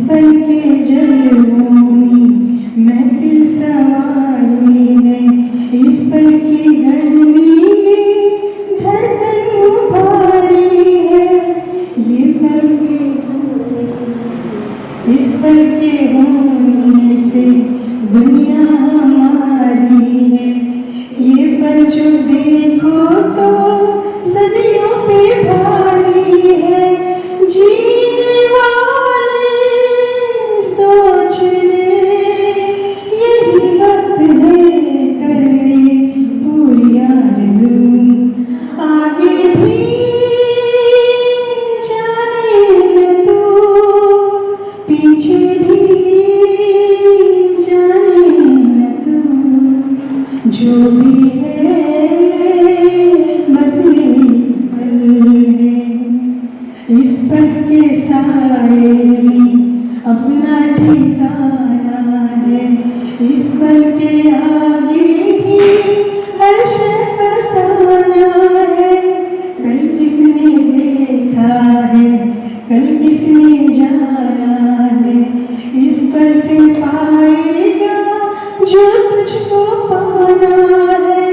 जीने वाले सोच ले, यही वक्त है कर ले पूरी आरज़ू, आगे भी जाने न तू, पीछे भी जाने न तू, जो भी है बस एक पल है, जो भी है बस एक पल है। साहिर साहब ने एक गीत लिखा था कि मैं पल दो पल का शायर हूँ, पल दो पल बड़ी कहानी है, लेकिन वक्त ने यह साबित किया कि वो हर पल के शायर थे और हर पल में उनकी कहानी छिपी हुई है। राजेश खन्ना जब तक जीवित थे तब तक हर प्रोग्राम में साहिर साहब का एक शेर सुनाते थे। वो शेर मैं आप लोगों को सुनाता हूँ। इज्जतें, शोहरतें, चाहतें, उल्फतें, कोई भी चीज दुनिया में रहती नहीं। आज मैं हूँ जहाँ कल कोई और था, ये भी एक दौर है, वो भी एक दौर है। और वाकई उनकी जिंदगी से इतना मैच खाता था कि लोग बड़ी जोरदार तालियां बजाते थे। अब मैं डॉक्टर सत्यदेव त्रिपाठी जी से निवेदन करता हूँ कि रसीदी टिकट का बड़ा गहन अध्ययन उन्होंने किया है और अमृता प्रीतम की कुछ बातें करेंगे। अमृता प्रीतम की बातें बहुत हो गई, सुनाना भी दिया गया, कंफ्यूज करते हैं रास बिहारी जी। मैं कविता कभी सुनाता नहीं मंच से, पोती को एक गज़ल सुनाई मैंने शायर की, थोड़ा उत्साह भाव से बड़ी तारीफ कर दी, तो तरस में मैंने वो गज़ल सुना दी। उन्होंने पीछे से आगे कहा कि यही नज़म आपको सुनानी है, मैं कार्यक्रम करूँगा। मैं उसी पे तैयार अच्छा लगाऊंगा। इसके बाद रोज बातें होती रहती हैं इनसे, तो भिन्न है हमारे, तो वो तो रसीदीकरण बहुत बड़ा है। दूसरा भाग भी है, उसको अक्षरों के सारे यानी कि दो भागों में उनके बता चुकी है, तो उसकी बातें तो हो गई बहुत सारी। तो ये वो सुना दीजिए, वो सुना दीजिए, वो सुना दीजिए, तो मैं वो सब न सुना के, क्योंकि हसन साहब को बहुत सुनना है। इन्होंने इनसे बहुत सारी उनकी मुलाकातें हैं, साथ रहे हैं, तो उन्हें ज़्यादा समय मिले, इसलिए मैं दो अपनी बातें कहता हूँ कि साहिर मुझे बहुत प्रिय है। जिंदगी में मैंने कोई ऐसा काम किया नहीं जो मुझे प्रिय हो, भले उसमें रिस्क हो, ये मैंने किया। और इंटरमीडिएट में पढ़ता था तब तलखियाँ मेरे हाथ लगी थी, तब तक हमारे सर लोगों ने हाई स्कूल में बहुत टाइट पढ़ा दिया था। जो भूमिका उसकी है तलखियाँ की सुपर है, आज तक नहीं भूला, कभी कोई नहीं भूल सकता। क्या क्या उसमें नहीं है, दो पंक्तियों, दुनिया तजुर्बाते हवादिस की शक्ल में जो कुछ मुझे दिया उसे लौटा रहा हूं। पूरी कविता या सृजन की पूरी प्रक्रिया इसमें समा है। जिंदगी में जो है वही हम लेते हैं और वही फिर हम आपको देते हैं। इतनी अच्छी भूमिका और इतनी छोटी भूमिका मुझे अब तक किसी साहित्यकार की नहीं, ये मुझे बहुत अच्छी लगती है। दुनिया की बात इसमें भी, दुनिया तो शुरू होती है। और मेरी सबसे प्रिय पंक्ति जो मैं बहुत लोगों से मैंने कहा कि मेरे फ़ोन में, मोबाइल में क्या कहते हैं, कौन सी टोन लगा दो, हाँ, कि जब भी कोई मुझे फ़ोन करे तो वही लाइन सुने।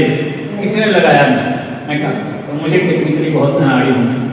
वो लाइन है कौन सी, हाँ कॉलर, मुझे आप लाइन बोल रही हो, कोई लाइन बोलेगा वो, मैं जानता हूँ कि तू गैर है। दुनिया की निगाहों में भला क्या है, बुरा क्या है, ये बोझ अगर दिल से उतर जाए सारी जिंदगी का निचोड़ है। वो था ही रचना प्रक्रिया का निचोड़ जिंदगी का, ये भी है। बस बात ये कह दूं कि ये फिल्माया गया राजकुमार ना, और रोमांटिक फिल्म नहीं किया जाता। उस फिल्म में वो भी गाना इनका छोले में राजू फोटो को राजकुमार करे फिल्म में, तो वो जब हम पहली बार देखते हैं तो चौंकते हैं, लेकिन अच्छा हुआ है। तो बात ये थी कि म्यूजिशियन ने, संगीतकार ने कहा कि अच्छा के आगे कुछ चाहिए। ये जुल्फ अगर खुल के बिखर जाए तो अच्छा हो, शायद गानों मैंने जो लिख दिया वो लिख दिया। रफी साहब से बात की, रफी साहब ने कहा कि मैं इसे ऐसा गा दूंगा कि तुम अपनी धुन बना के दे दो, मैं ऐसा गा दूंगा किसी होमो की जरूरत नहीं रह जाएगी। और आप फिर से जाके सुनिएगा उसको, जितनी बार उन्होंने अच्छा गाया है उतनी बार अलग अलग तरह से, मैं अलग ज्यादा अच्छा गाया है, जितनी बार गाया है अलग अलग तरह से गाया है। तो ये दो पंक्तियां उनकी बहुत जिक्रिय है और दोनों दुनिया से लगी हुई हैं। और ये कहा उन्होंने तजुर्बात हमारे इस शक्ल में, जो कुछ मुझे दिया उसे लौटा रहा हूँ मैं, तो तजुर्बे पर ही उन्होंने लिखा। इसके एक दो एक्सेप्शन, एक दो वाद, वो भी बचपन की ही बात है कि जब मेरी चचेरी बहन विदा हो रही थी तो बहुत दूर का एक हमारा फूफा का लड़का आया हुआ था जौनपुर से, वो गाता। हमने पहली बार वो सुना कि बाबुल की दुआएं लेती जा, उनको सुखी संसार मिले। ये अनुभव का नहीं है, बेटी नहीं उनको, बेटा नहीं उनको, शादी नहीं की, मगर बेटी पर जो पंक्ति उन्होंने लिख दी पूरी दुनिया में, पूरे देश में गाई जाती है। तो तजुर्बात हवादिस वाली बात भी बिल्कुल अक्षरशः सही वाली बात नहीं है। उनका तो ये भी है कि जब उन्होंने ताजमहल में लिखी तो ताजमहल देखा ही नहीं। जब हम देखते हैं बहुत पहले लिखे तो ताजमहल आगरा गए ही नहीं थे कि उन्होंने बनाया। तो दोनों बातें उनकी इस तरह की। तो यही दो बातें मुझे आपसे कहनी थी, वो मैंने कह दी। अब आप कहें तो मैं वो नज़्म सुना दूँ, ना कहें तो न, क्योंकि मैं सुनाने वाला कोई चांद सुनाने में नहीं है। मैं सिर्फ बकबक पढ़ता हूँ तो बकबक करता हूँ। तो सिर्फ बकबक सुनाने में कोई लय धुन कोई मतलब चार्ज नहीं है। नज़्म बहुत मशहूर है, अलग से वो छपी है, उनकी दो भागों में है और सबसे ज़हीन कविताओं में एक है वो। लेकिन उसका दूसरा पार्ट जो है कविता का, पूरी हम सुनाएंगे नहीं, याद मुझे जरूर है दोनों भाग उसके, लेकिन मैं दोनों और माफ कीजिएगा कविता पढ़ के सुनाने की कल्पना मुझे नहीं कि आपके हाथ में कागज हो और आप कविता सुनाएं। और वो अटकन भटकन चाहे कितना भी आप मोबाइल में लेके आए, चाहे टीवी पर लेके आए, तो अटकन भटकन तो होती है। महावीर की लाइन है, वह कौन सा पी है पपीहा तेरा जिसे बांध हृदय में बसाता नहीं। पी कहाँ करता है, तो पपीहे को हृदय में बसा लेना, होठों से क्या चिल्लाता है। तो कविता को हृदय में बसा लो ना, कागज से क्या सुना जी। मास्टर है सर, करके मास्टर जो पाए था नाम उसी का मास्टर। बातें रिपीट बोल दो जी। तो नज़्म में नहीं सुनाने के तैयार हूँ क्योंकि इनका आदेश पर मैं आ गया। तो वो पहला ही भाग रोमांटिक है और दूसरा भाग रोमांटिक के बाद आता है जो युद्ध का और अत्याचार वाला मामला चलता है। तो उसमें बहुत कड़वा यथार्थ है, तो कड़वा यथार्थ वाले को छोड़िए। और हो सकता है उम्र की बात आते ही करती थी सर में, तो उस उम्र में भूलने के चांसेस बहुत होते हैं। तो अगर भूल गए तो जितने बंद उसकी याद आएंगे, एक से दूसरे बंद का ऐसा संबंध नहीं है कि आप उसको समझ। अगर हमने कहा छोड़ दिया तो कोई बात। तस्वुरात की परछाइयां उभरती हैं कल्पनाओं, तस्वुरात की परछाइयां उभरती हैं, कभी गुमान की सूरत कभी यकीन की तरह। वो पेड़ जिनके तले हम पनाह लेते थे खड़े हैं आज भी साकित किसी अमी की। तस्वुरात की परछाइयां उभरती हैं। इन्हीं के साए में फिर आज दो धड़का काट रहा हूं। इन्हीं के साए में फिर आज दो धड़कते दिल होश होठों से कुछ कहने सुनने आए हैं। न जाने कितनी कसाकस से कितनी काबिश से ये सोते जम चुरा के लाए हैं तस्वुरात की परछाइयां। वो दो लड़कों को देख लिया फिर उन्हें लाया गया। यही फिजा थी, यही फिजा थी, यही रुख, यही जमाना था। यहीं से हमने मोहब्बत की इब्तिदा की थी। धड़कते दिल से लरजती हुई निगाहों से हुजूर गैब में नन्ही सी इल्तिजा की थी। और वो की कविता है, जीवन तो है कि कविता है, एक लाइन में इल्तिजा की, दूसरे लाइन में वो एक्सेप्ट हो गई। तो तुम्हारा ही वो जमाने की आंख से बची। अब एक एक छवियां हैं उसकी। तुम्हारे ही वो जमाने की आंख से बचकर नजर चुराए हुए और बदन छुपाए हुए अपने कदमों की ही आहट से झेंकती डरती अपने साए की जुल्मिश से खौफाए हुए तस्वुरात की परछाइयां उभरती हैं। रमा है नन्ही सी कश्ती हवाओं के रुख पर, नदी की साज पे मल्लाह गीत गाता है। तेरा ये जिस्म हर एक लहर के झकोरों से मेरी खुली हुई बाहों में झूल जाता है। तस्वुरात की परछाइयां उभरती हैं। मैं फूल टांग रहा हूं तुम्हारे जूड़े में, तुम्हारी आंख मुसरत से झुकती जाती है। न जाने आज मैं क्या बात कहने वाला हूँ, जुबान खुश्क है, आवाज रुकती जाती है। तस्वुरात की परछाइयां उभरती हैं। मेरे गले में तुम्हारी उदास बाहें हैं, तुम्हारे होठों पे मेरे लबों के साए हैं। मुझे यकीन है कि मिल के अब न बिछड़ेंगे, तुम्हें गुमान कि हम मिल के भी पराए हैं। तस्वुरात की परछाइयां उभरती हैं। आखिरी परछाई है कि मेरी पलंग पर बिखरी हुई किताबों को अदाए अज़्ज़ो करम से उठा रही हो तुम। सुहागरात जो ढोलक पे गाए जाते हैं, दमे सरों में वही गीत गा रही हो तुम। तो बस इतना ही। बहुत बहुत धन्यवाद आप सबको सुनने के लिए। रश्मि चौकसे जी साहिब साहब का एक गीत लेके आ रही हैं। थैंक यू, धन्यवाद जी। आप सबको आशीर्वाद चाहूंगी। छुलेने दो नाजुक होठों को, कुछ और नहीं है जाम है ये। छुलेने दो नाजुक होठों को, कुछ और नहीं है जाम है ये। कुदरत ने जो हमको बख्शा है, कुदरत ने जो हमको बख्शा है, वो सबसे बड़ा इनाम है ये।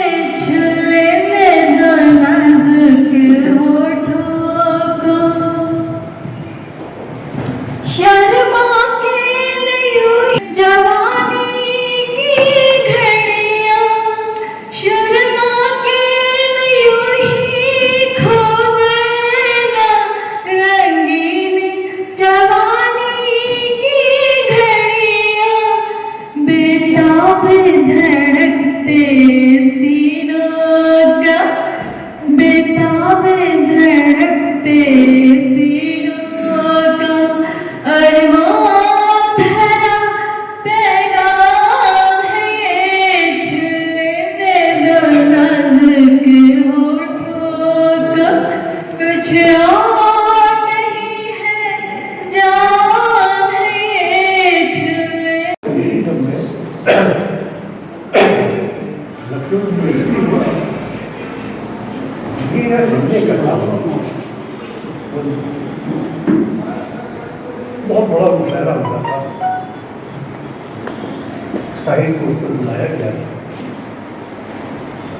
और मुझे उस इन्विटेशन कमेटी का सदर बनाया। बहुत साहिब के आने का वक्त हुआ, हम स्टेशन गए तो हमें पहली मरतबा ये मालूम हुआ कि साहिब रिजवानी ने आज तक जिंदगी में कभी हवाई जहाज का सफर नहीं किया। मुझे अपनी ज़िंदगी में 2 ही आदमी ऐसे मिले जिन्होंने कभी जहाज का सफर नहीं किया था। एक तो साहिल विद्यानी थे और दूसरे हमारे बहुत प्रोड्यूसर डायरेक्टर मनोज कुमार थे। जिंदगी में कभी उन्होंने भी जहाज का सफर नहीं किया। कहते हैं कि मतलब उन्हें हिंदुस्तान से बाहर जाने की जरूरत पड़ी तो दरिया के जहाज से गए और जहाज से बहरहाल साहिल आए हुए। उस वक्त लखनऊ में जो सबसे बड़ा होटल था कैपूस, मेरा हम सब उनके साथ गए। तो मैं जाहिर कि नौजवान था और मेरी तो सारी जिंदगी फैज साहिल और उनसे बैठे की शादी सुन के उनकी सुन के तो मैं बहुत खुश था।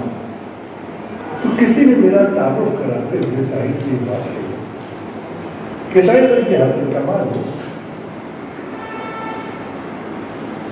साहिब ये आपकी शायरी के बहुत आए थे, ये बात ऐसी है जो बहुत सुना। लेकिन फिर उन्होंने कहा कि ये वो शायर है कि जिन्हें परछाइयाँ की पूरी नजर आती। आज मुझे मालूम हुआ तो मेरा नाम पूरी नजर याद है। और उन्होंने कहा अच्छा, मैंने कहा कि अच्छा कभी सुना हो। तो मैंने जवाहरलाल के सीने पर दुनिया अच्छी चली थी और वहाँ से अजब नहीं किए तरैया भी जल जाए था पूरी रात में सुना। बहुत खुश हुए। उसके बाद उन्होंने कहा कि भाई तुम बहुत अच्छा पढ़ते हो, तुम ऐसा करो कि आज के मुशायरे में मैं नहीं तुम पढ़ना। तो मैंने कहा हुजूर यहाँ लोग आए हैं आपको देखने, आपकी आवाज़ सुनने, अगर किसी और में पढ़ी सुनने मज़ा नहीं आएगा। वो उनकी जज्बात का ख्याल रखना चाहिए। कहने नहीं वो सब ठीक है, मगर ऐसा है हमने इधर इस तरह से पढ़ी कि मैं जब इधर पढ़ता हूँ तो मेरी उर्दू का पंजाबियत लाने वाले तो लगता है कि पंजाबी शायद पढ़ना। तो तुम्हारी हमको लगता है कि लखनऊ जबान है तो ये जबान हो। खैर वो बात हमें ख़त्म हो गई। अच्छा ये वो ज़माना था कि लखनऊ में बहुत बड़ी पुलिस बैठे उसकी इस पर चुपताई भी थी, उसमें फादर मेरे पास भी थे। साहिल उसमें भी आए, साहिल के साथ लेके आए। तो बहरहाल वो शायरी हुई, मुशायरा ख़त्म हो गया। मेरे ध्यान में था कि मैंने इतने बड़े आदमी के साथ चल बैठ कर दिया, उनके साथ बैठा रहा, उनसे बात की। हफ्तों मुझे होश नहीं रहा कि मैं भी बात करूँ कि मैं किससे बात कर रहा हूँ, उन्होंने किससे भी बात की। अब ये देखिए कि इस वक्त को बहुत अच्छा गुजर गया। अब इस सेकंडों में याद रखते रहे तो अरसा बहुत गुजर गया था। और उसके बाद मुझे बम्बई आना। अच्छा बम्बई में आया था तो इस तरह आया था कि मेरी जेब में उर्दू पुलिस की सब एडिटरी का अपॉइंटमेंट लेटर था और उर्दू पुलिस पूरा पुलिस आके कर लिया। उस वक्त हम समझते हैं हिंदुस्तान में मीडिया के शायद सबसे बड़े नाम हुआ करते थे। तो मुझे वहाँ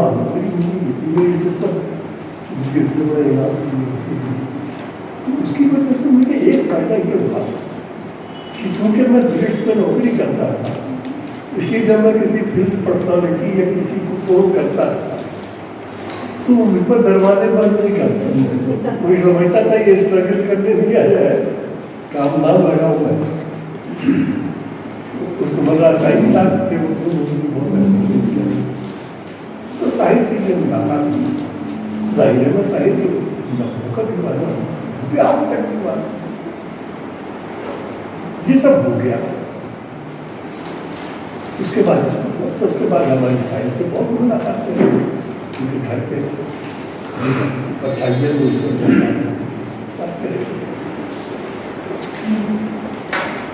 तो एक बार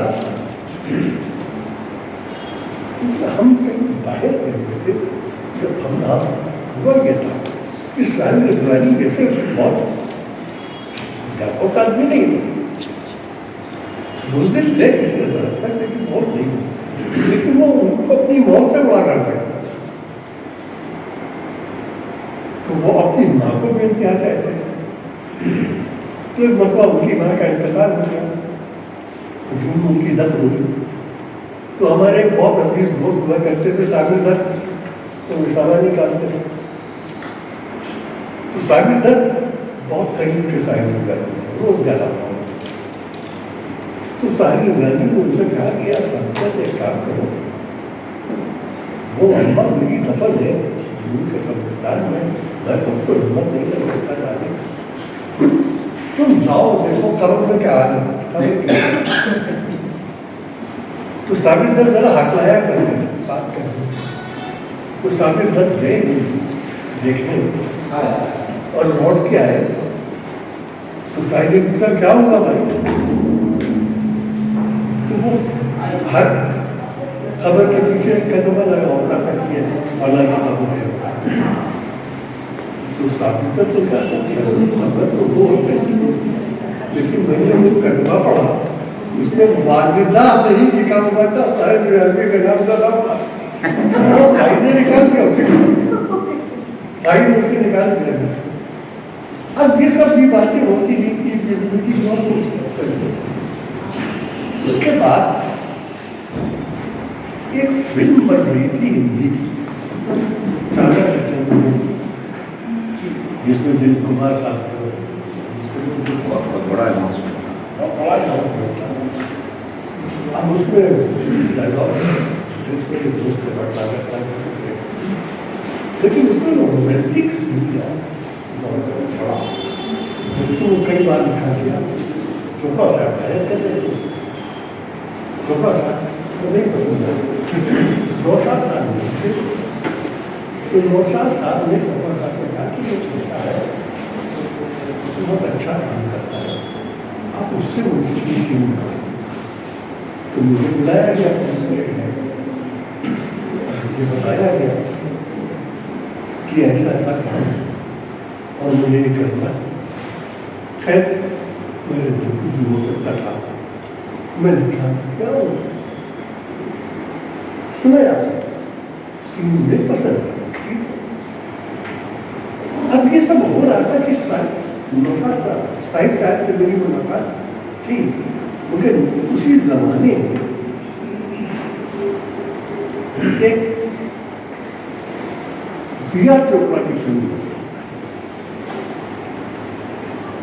और बी.आर. चोपड़ा की फिल्म बन रही थी, और उससे पहले साहिब साहब का नाम की बी.आर. चोपड़ा के नाम बी.आर. चोपड़ा फिल्म। अब उनकी कुछ समझ में नहीं आया कि क्या करें, किससे लिखवाए, किससे करो। बहुत से शायद थे, मुझसे बेहतर शायद थे मौजूद थे, जिनके नाम भी थे आनंद, बहुत से लोग। नौशाद साहब ने कहा कि मैं देखता हूँ, मैंने उसकी शायरी सुनी, उसकी बात सुनी, हो सकता है कि आपको पसंद आ जाए। तो सुबह साहब बता दें, मैं अगले दिन गया, मुझे बिल्कुल नहीं मानता, मैंने पूछा तो सीन की कोई बात होगी, मुझसे शायद कुछ और निकलवाई हो, और मैं चला गया। और मैं बैठा ही था, थोड़ी देर के बाद चोपड़ा साहब ने मेरी तरफ देखा और कहा हसन कमाल इस फिल्म के गाने को यकीन कीजिए मैं काबू, मैं बिल्कुल काबू नहीं। इस ख्याल से नहीं कि इस ख्याल से अरे मैं कहाँ लिख रहा हूँ, यहाँ से नहीं लिख सकता था, मैं पागल हो गया कि मैं क्या करूँ। मैंने कहा जरा सा इधर से उधर हुआ तो मेरी तो सारी जिंदगी बर्बाद हो गई। मैं शायर की जगह ले रहा हूँ, मैंने कभी सोचा नहीं कि मैं शायर की जगह लूंगा, लेकिन मौका नहीं, तुम लिखो और तुम लिखो कि नौशाद साहब उसी जमाने में इसके बाप थे, सलमा आगा भी आई, उनकी वालिदा जो थी वो एक बहुत वालिदा की तो नौशाद साहब ने सलमा आबा को मिलाया चोपड़ा साहब से। सलमा आबा ने पसंद हुआ, वो कहानी थी, पहले उसका नाम निकाह नहीं थी, असल अगर की कहानी थी। पहले उसका नाम था तलाक तलाक तलाक तलाक तलाक तलाक था। तो वो भी बड़ी बेटे कुछ लोगों का नहीं है, तो शास्त्री भी थे, दूसरे लोगों का भी मान नहीं रखो। लेकिन अच्छा उसी जमाने में एक और प्रोड्यूसर था, उसने भी अपनी फिल्म में नाम चला। जब उसने सुना कि चोपड़ा साहब में फिल्म बना रहे हैं, तो वो चला गया अपनी एसोसिएशन, किसा के नाम को मैंने रजिस्टर किया। जब तक ये नाम नहीं होता तब तक मेरी फिल्म नहीं बनेगी, तो फिल्म में टक जाएगी। और वो मामला होते हुए बॉम्बे हाईकोर्ट चोपड़ा साहब का के वकील जयराम नेरवानी था, तो उन्होंने बड़ी जबरदस्त तस्वीर की अदालत के सामने मुसलमानों को होने वाले मसाजिद का जिक्र किया और किस तरीके से उन्हें डिस्क्रिमिनेट किया जाता है, सब कुछ जिक्र करता है। और बहुत अच्छी तस्वीर राम नेरवानी बहुत अच्छा था। मैं सुनता रहा के बाद जब खत्म हो गया, हम लोग बाहर आए, चोपड़ा साहब ने मुझसे कहा कि हसन के बाद उसको जेठोलानी की तस्वीर कैसी लगी? मैंने कहा सर बहुत अच्छी लगी, लेकिन आज मैं क्या पूछता हूँ, आप कहें तो मैं बात करूँ। मैंने कहा सर ये मुकदमा आप हार गए। क्यों क्यों हार गए? राम जेठमलानी। मैंने कहा राम जेठमलानी अच्छी तस्वीर की तलाक के बारे में, लेकिन ये कुछ कहा नहीं कि ये तलाक का टाइटल किसको मिलना चाहिए, उसको मिलना चाहिए या आपको मिलना चाहिए। और कुछ ऐसी बात हो गई कि कोर्ट ने भी ये कहा उस प्रोड्यूसर से, खैर हम तुमको इनाम देते हैं, तुम 6 महीने में फिल्म बना लो, नहीं तो चोपड़ा को इनाम मिल जाएगा। अब 6 महीना उस जमाने में बहुत बड़ी भीड़ बात होती थी। चोपड़ा साहब बहुत परेशान हुए, जब परेशान होते थे उनका पैसा हो गया, बहुत ही परेशान हुए कि ये क्या कर रहे। तो उन्होंने कहा कि इस कहानी का नाम क्या है? तो मैंने कहा ऐसा है चोपड़ा साहब, इस नाम में एक बहुत बड़ा है। कहने क्या? मैंने कहा कि ये रिलीज होगी और मुसलमान मर्द देखने जाएंगे, घर देर पर क्यों पहुंचेंगे? तो बीवी कहेगी क्या हुआ, कहाँ लगे इतनी देर से क्यों आए? भाई फिल्म देख के आए। फिर कौन सी फिल्म? तो उनका तलाक तलाक तलाक। मैंने कहा मौलवी साहब में हो गई तलाक, तो साहब भी तो हर घर में बड़ा हो जाएगा। तो अब क्या जाए? आखिर में निकाह नाम से तो फिर हुआ कि निकाह निकाह निकाह करूँगा, मैं हमने कहा एक ही निकाह कर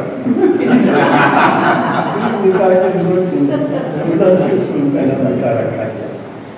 और हालांकि मैंने कहा था नहीं, मैं साल में नहीं देखा, उनके अल्लाह क्या ख्याल रहता, एक भी लाइन नहीं चला, अरे ये लाइन साइड की वजह से कमतर तो खैर थी, लेकिन दूसरों को तो नहीं मानूंगा कि ये कमतर है। तो बहुत परेशान था मैं।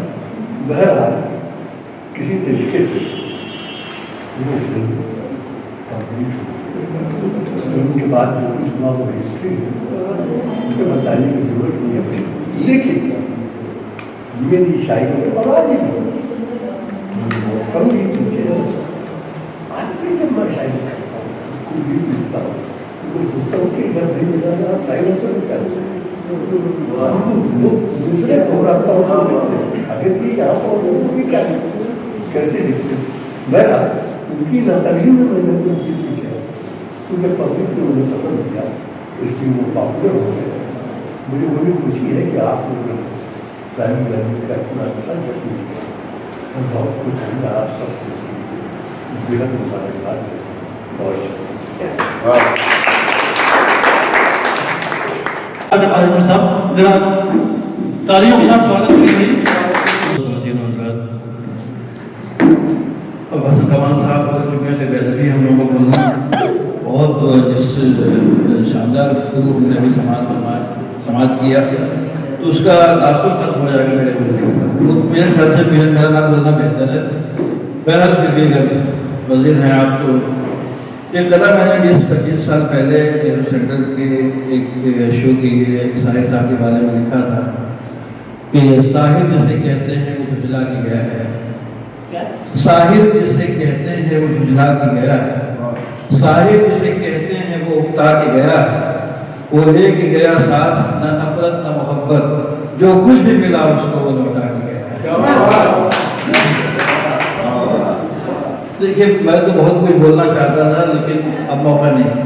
देखिए जब हम लोगों ने अदब में आंखें खोली, जैसा कमाल साहब ने जिस फिल्म का जिक्र किया, मतलब 80 के बाद जो है मेरे ख्याल से 81 या 82 में रिलीज हुई थी शायद निकाल, तो जब हम लोगों ने निकली दुनिया में आंखें खोली तो ये सारे नाम जो थे छाए हुए थे, खासतौर पर मुंबई में थे हम लोग, तो मुंबई के कि उसमें हद में जितने नाम थे जैसे कमाल साहब, मजरूर साहब, कैफी साहब, नज़र फाजली साहब, अली सरदार जाफरी साहब, और फिर बाद में जैसे तहसील जाफरी साहब हैं, जफर गोरखपुरी साहब हैं, सारे के सारे नाम जो मतलब हम लोगों के लिए सुपरस्टार के जैसे थे सारे के सारे नाम।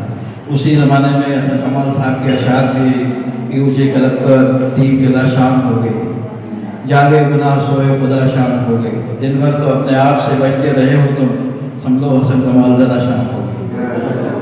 तो और बहुत सारे बेशुमार चीज़ें थी। साहिर साहब का हम लोग बराह राज नहीं है, ना पढ़ा उन्होंने न बहुत सुनने को मौका, हम लोगों ने देखा कि नहीं साहिर साहब, लेकिन मजरूर साहब को, कैफी साहब को, फरुल साहब को, इसमताई साहब को, सबको देखा।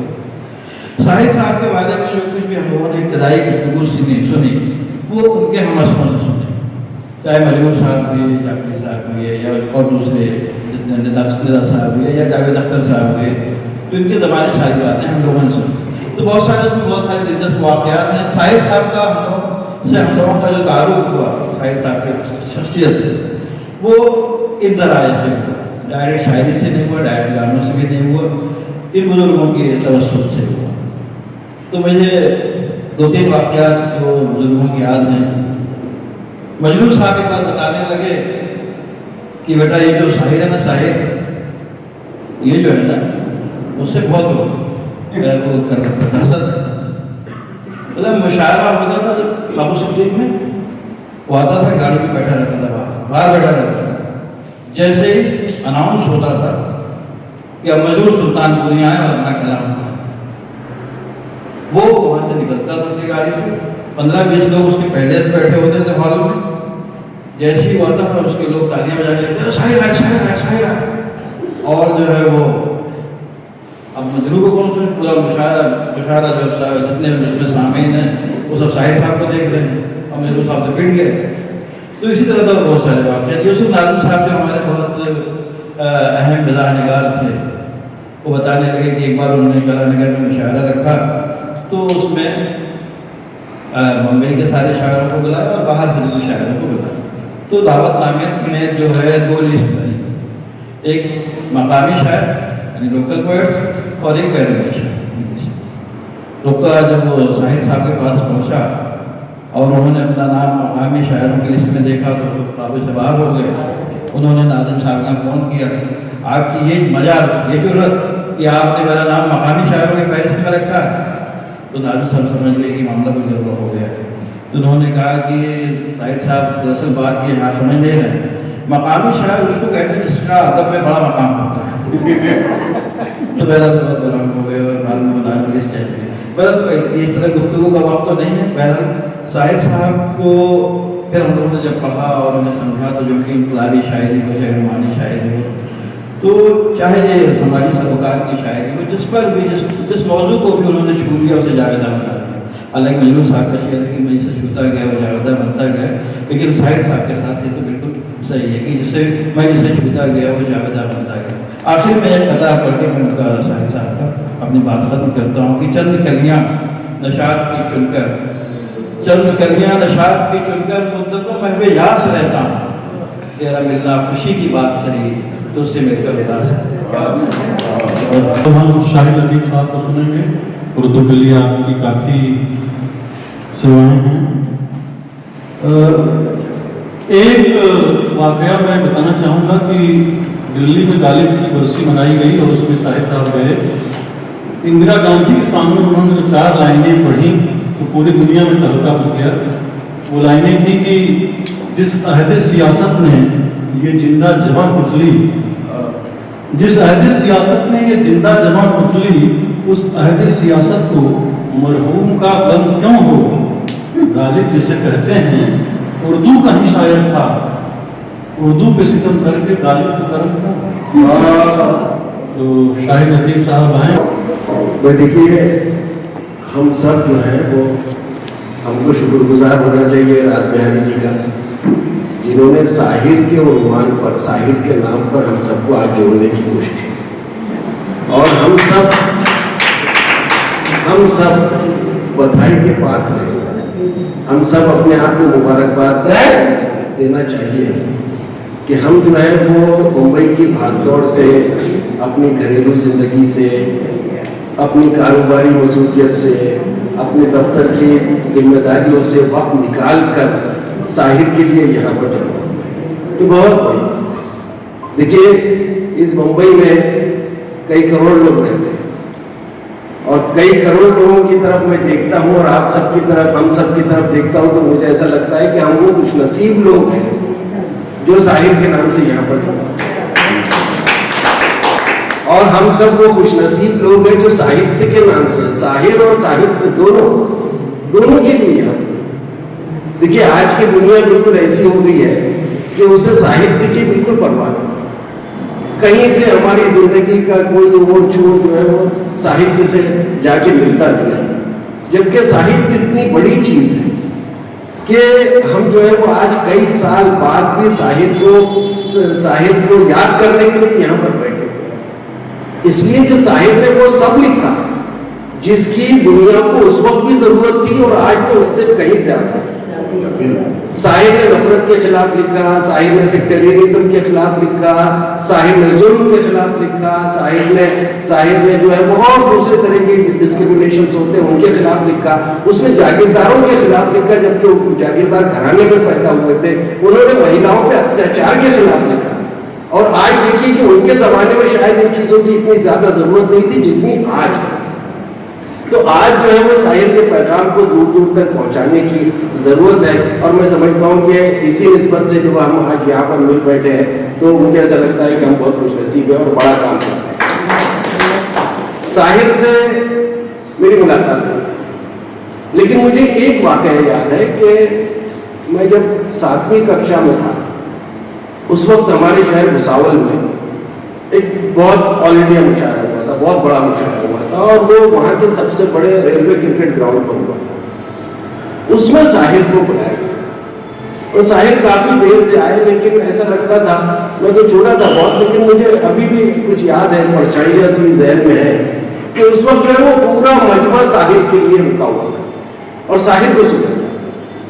तो वो तसव्वुर जो है वो मेरे जहन पर उस वक्त भी रहा। लेकिन जब मैं SSC करके मुंबई आया आला तालीम हासिल करने के लिए, तब जो है वो साहिर दुनिया से रुखसत हो चुके थे, इसलिए मुलाकात का सवाल ही नहीं पैदा होता। लेकिन जब उनको हम पढ़ते हैं तो ऐसा लगता है कि हम साहिर को सुन रहे हैं, साहिर हमारे पास बैठे हुए और हमसे बातचीत कर रहे हैं। जैसे कैफी ने लिखा कि साहिर इतना सच्चा शायर है, साहिर इतना सच्चा शायर है कि जब वो बैठकर बातें करता है तो ऐसा लगता है वो उसकी नज़में पढ़ रहे हैं, और जब वो उसकी नज़में पढ़ते हैं तो ऐसा लगता है कि वो सामने बैठकर बातें करते हैं। इतना सच्चा शायर, यानी उसके ख्यालात में, उसके निजी जीवन में और उसकी कविता में कोई फर्क नहीं। वो जिस तरह सोचते थे उसी तरह से उन्होंने बयान किया।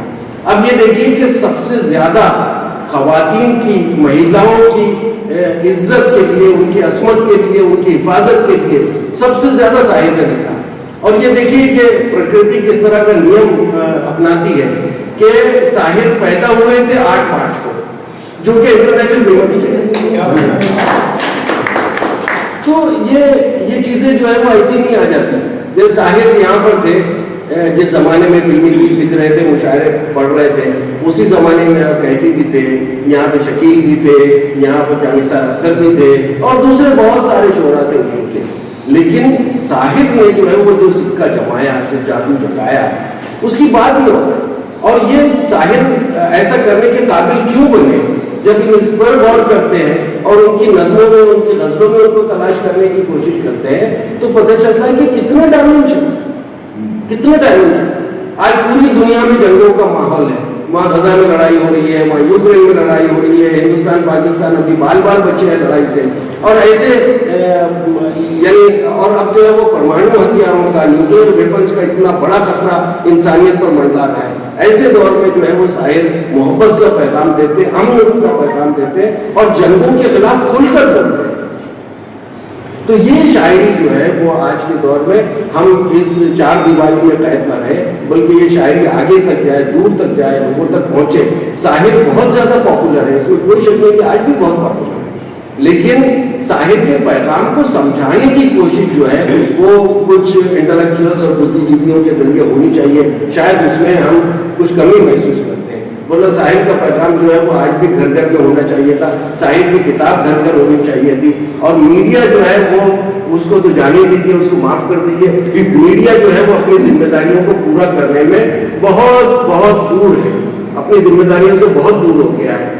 और साहिर के जन्मदिन पर अगर वो कोई फीचर शाये करता है तो अमृता प्रीतम के हवाले से भाई, अमृता प्रीतम से अगर वो मामला ग्लैमराइज होता है, वो सब्जेक्ट ग्लैमराइज होता है, तो आप ग्लैमर के पीछे पड़े हुए और साहिर की इतनी बड़ी शायरी को आप छोड़ रहे हैं। भाई अमृता प्रीतम के साथ में उनका जो रिश्ता था, वो ताल्लुक था, वो उनका निजी था, वो उनका आपस का मामला था, वो उनका पर्सनल था। उसको जो है वो दुनिया में लाना और जो चीज दुनिया में होनी चाहिए उसको जो है वो छुपा लेना, ये तो कहीं का इंसाफ नहीं है। और इसके लिए मैं समझता हूँ कि मैं खुद तो मीडिया को आखिरी जिंदगी के आखिरी लम्हे तक हमको जो है वो साहिर को उनकी शायरी में तलाश करना चाहिए। अभी जो यहाँ पे नज़्में पढ़ी गई या जो गीत पढ़े गए, देखिए आज हम महसूस करते हैं कि नफरत और बंटवारे की राजनीति हो रही है। उसी राजनीति में या धर्म के आधार पर लोगों को बांटने की कोशिश की जा रही है। साहिर में वो कितना मशहूर गीत हुआ था कि तू हिंदू बनेगा न मुसलमान बनेगा, इंसान की औलाद है इंसान बनेगा। ये गीत घर घर बजने की जरूरत है।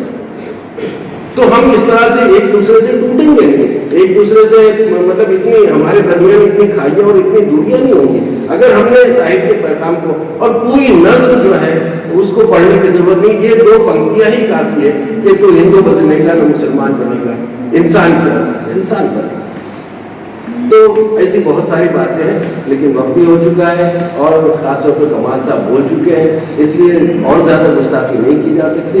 मैं एक बार फिर इसका आयोजन करने वाले फराज बिहारी जी को मुबारकबाद दूंगा और हम सबको मुबारकबाद दूंगा क्योंकि हम लोग वाकई बहुत खुशनसीब है कि इस महफिल में हम साहिब को याद कर रहे हैं और शायद आइंदा भी याद करें। बहुत बहुत शुक्रिया। मुझे आप सभी से ये पूछना था कि साहिर लुधियानवी जी कितने सारे पर्शियन वर्ड्स यूज़ करते थे और हम धड़ल्ले से उन गानों को सुनते थे, आज तक सुनते आ रहे हैं। आपने जैसे कहा कि नेक्स्ट जनरेशन का मेरे बच्चों को भी इनके गाने बहुत अच्छे लगते हैं, स्पेशली वो गाना इतना ही उपकार समझ ले जितना साथ निभा दे। तो केदार शर्मा जी जब ये चित्रलेखा मूवी बना रहे थे तब ये चैलेंज था कि वो हिंदी में, प्योर हिंदी में गाना कैसे लिख सकते हैं। ये एक सरप्राइजिंग बात है। मैं आप लोगों से पूछना चाहूँगी कि जहाँ वो पर्शियन वर्ड्स यूज़ करते थे वहाँ उन्होंने शुद्ध हिंदी में गाने लिखे और कितने अच्छे अच्छे भजन भी लिखे थे। तो आप कुछ इस बारे में कहना चाहिए। देखिए, जो शायर होता है वो हर आदमी की स्टाइल होती है। जब साहिर ने लिखा है मेरी जोहरा जबी, प्रोड्यूसर को नागवार पूरा साहिर साहब जोहरा जबी कौन समझेगा, इस वर्ड को बदल दीजिए। उन्होंने कहा नहीं, ये गाना रिकॉर्ड हो रहे तो सारी दुनिया में जोहरा जबी पूछेगा। तो वर्ड जो है वो शायर को पता होता है कि क्या लिखना है, कैसे लिखना है। सुबह और शाम दोनों शब्द जो है उर्दू के हैं, लेकिन 90% से ज़्यादा लोगों को पता नहीं है कि सुबह शाम उर्दू का वर्ड है और वो कहते हैं हम शुद्ध हिंदी बोल रहे हैं। आप तमाम भाषाओं के शब्द जो है जिसको हिंदुस्तानी कहते हैं उसमें हैं, और भाषा जो है आप पंडित बनेंगे या मौलवी बनेंगे तो वो भाषा कम से कम फिल्मों में तो नहीं चलेगी। इस बात को साहिर साहब बहुत अच्छी तरीके से जानते थे। यही कारण है कि उनके गीत आज भी उनके दौर में भी सुपरहिट हुए और आज भी सुपरहिट है। तो वो शायद का अपना ज़ाती तजुर्बा है, इसमें क्या कहा जाए। अकेला साहब तो बोलना चाहते हैं। थोड़ा सा कहना चाहूँगा कि जब फिल्मों में लिखा साहिर साहब ने तो कैरेक्टर्स की जुबान का काफ़ी ख्याल रखा। जैसे प्यासा में सर जो तेरा चकराए, वो एक अलग अंदाज है। अगर आप इज्जत फिल्म को याद करें, उसमें उनको महमूद साहब के लिए लिखना था, क्या लिखते हैं वो, कुत्ते से क्या बदला लेना घर कुत्ते ने काटा, तूने जो कुत्ते को काटा क्या भूखा क्या चाटा, तुम इंसान हो यारो अपनी कुछ तो करो ताजीम, कह गए फादर इब्राहिम। या फिर प्यासा नहीं है आज मुझे तू अंग लगा ले, वो कैसा गाना है। तो फिल्म में तो कैरेक्टर्स की जुबान में लिखना होता है, और शायर क्या इतना कमजोर है कि भाषा का इस्तेमाल करे। वो बहुत साहिर थे, पहुंचे हुए इंसान थे, पहुंचे हुए शायर थे, हर तरह की बातें लिखते थे। मुझको दुनिया में मैंने चांद और सितारों की तमन्ना की थी, हाँ मुझे रातों की सियाही में सबक कुछ नहीं। और आप सभी लोग आए, आपका बहुत बहुत शुक्रिया और बड़ी अच्छी महफिल रही।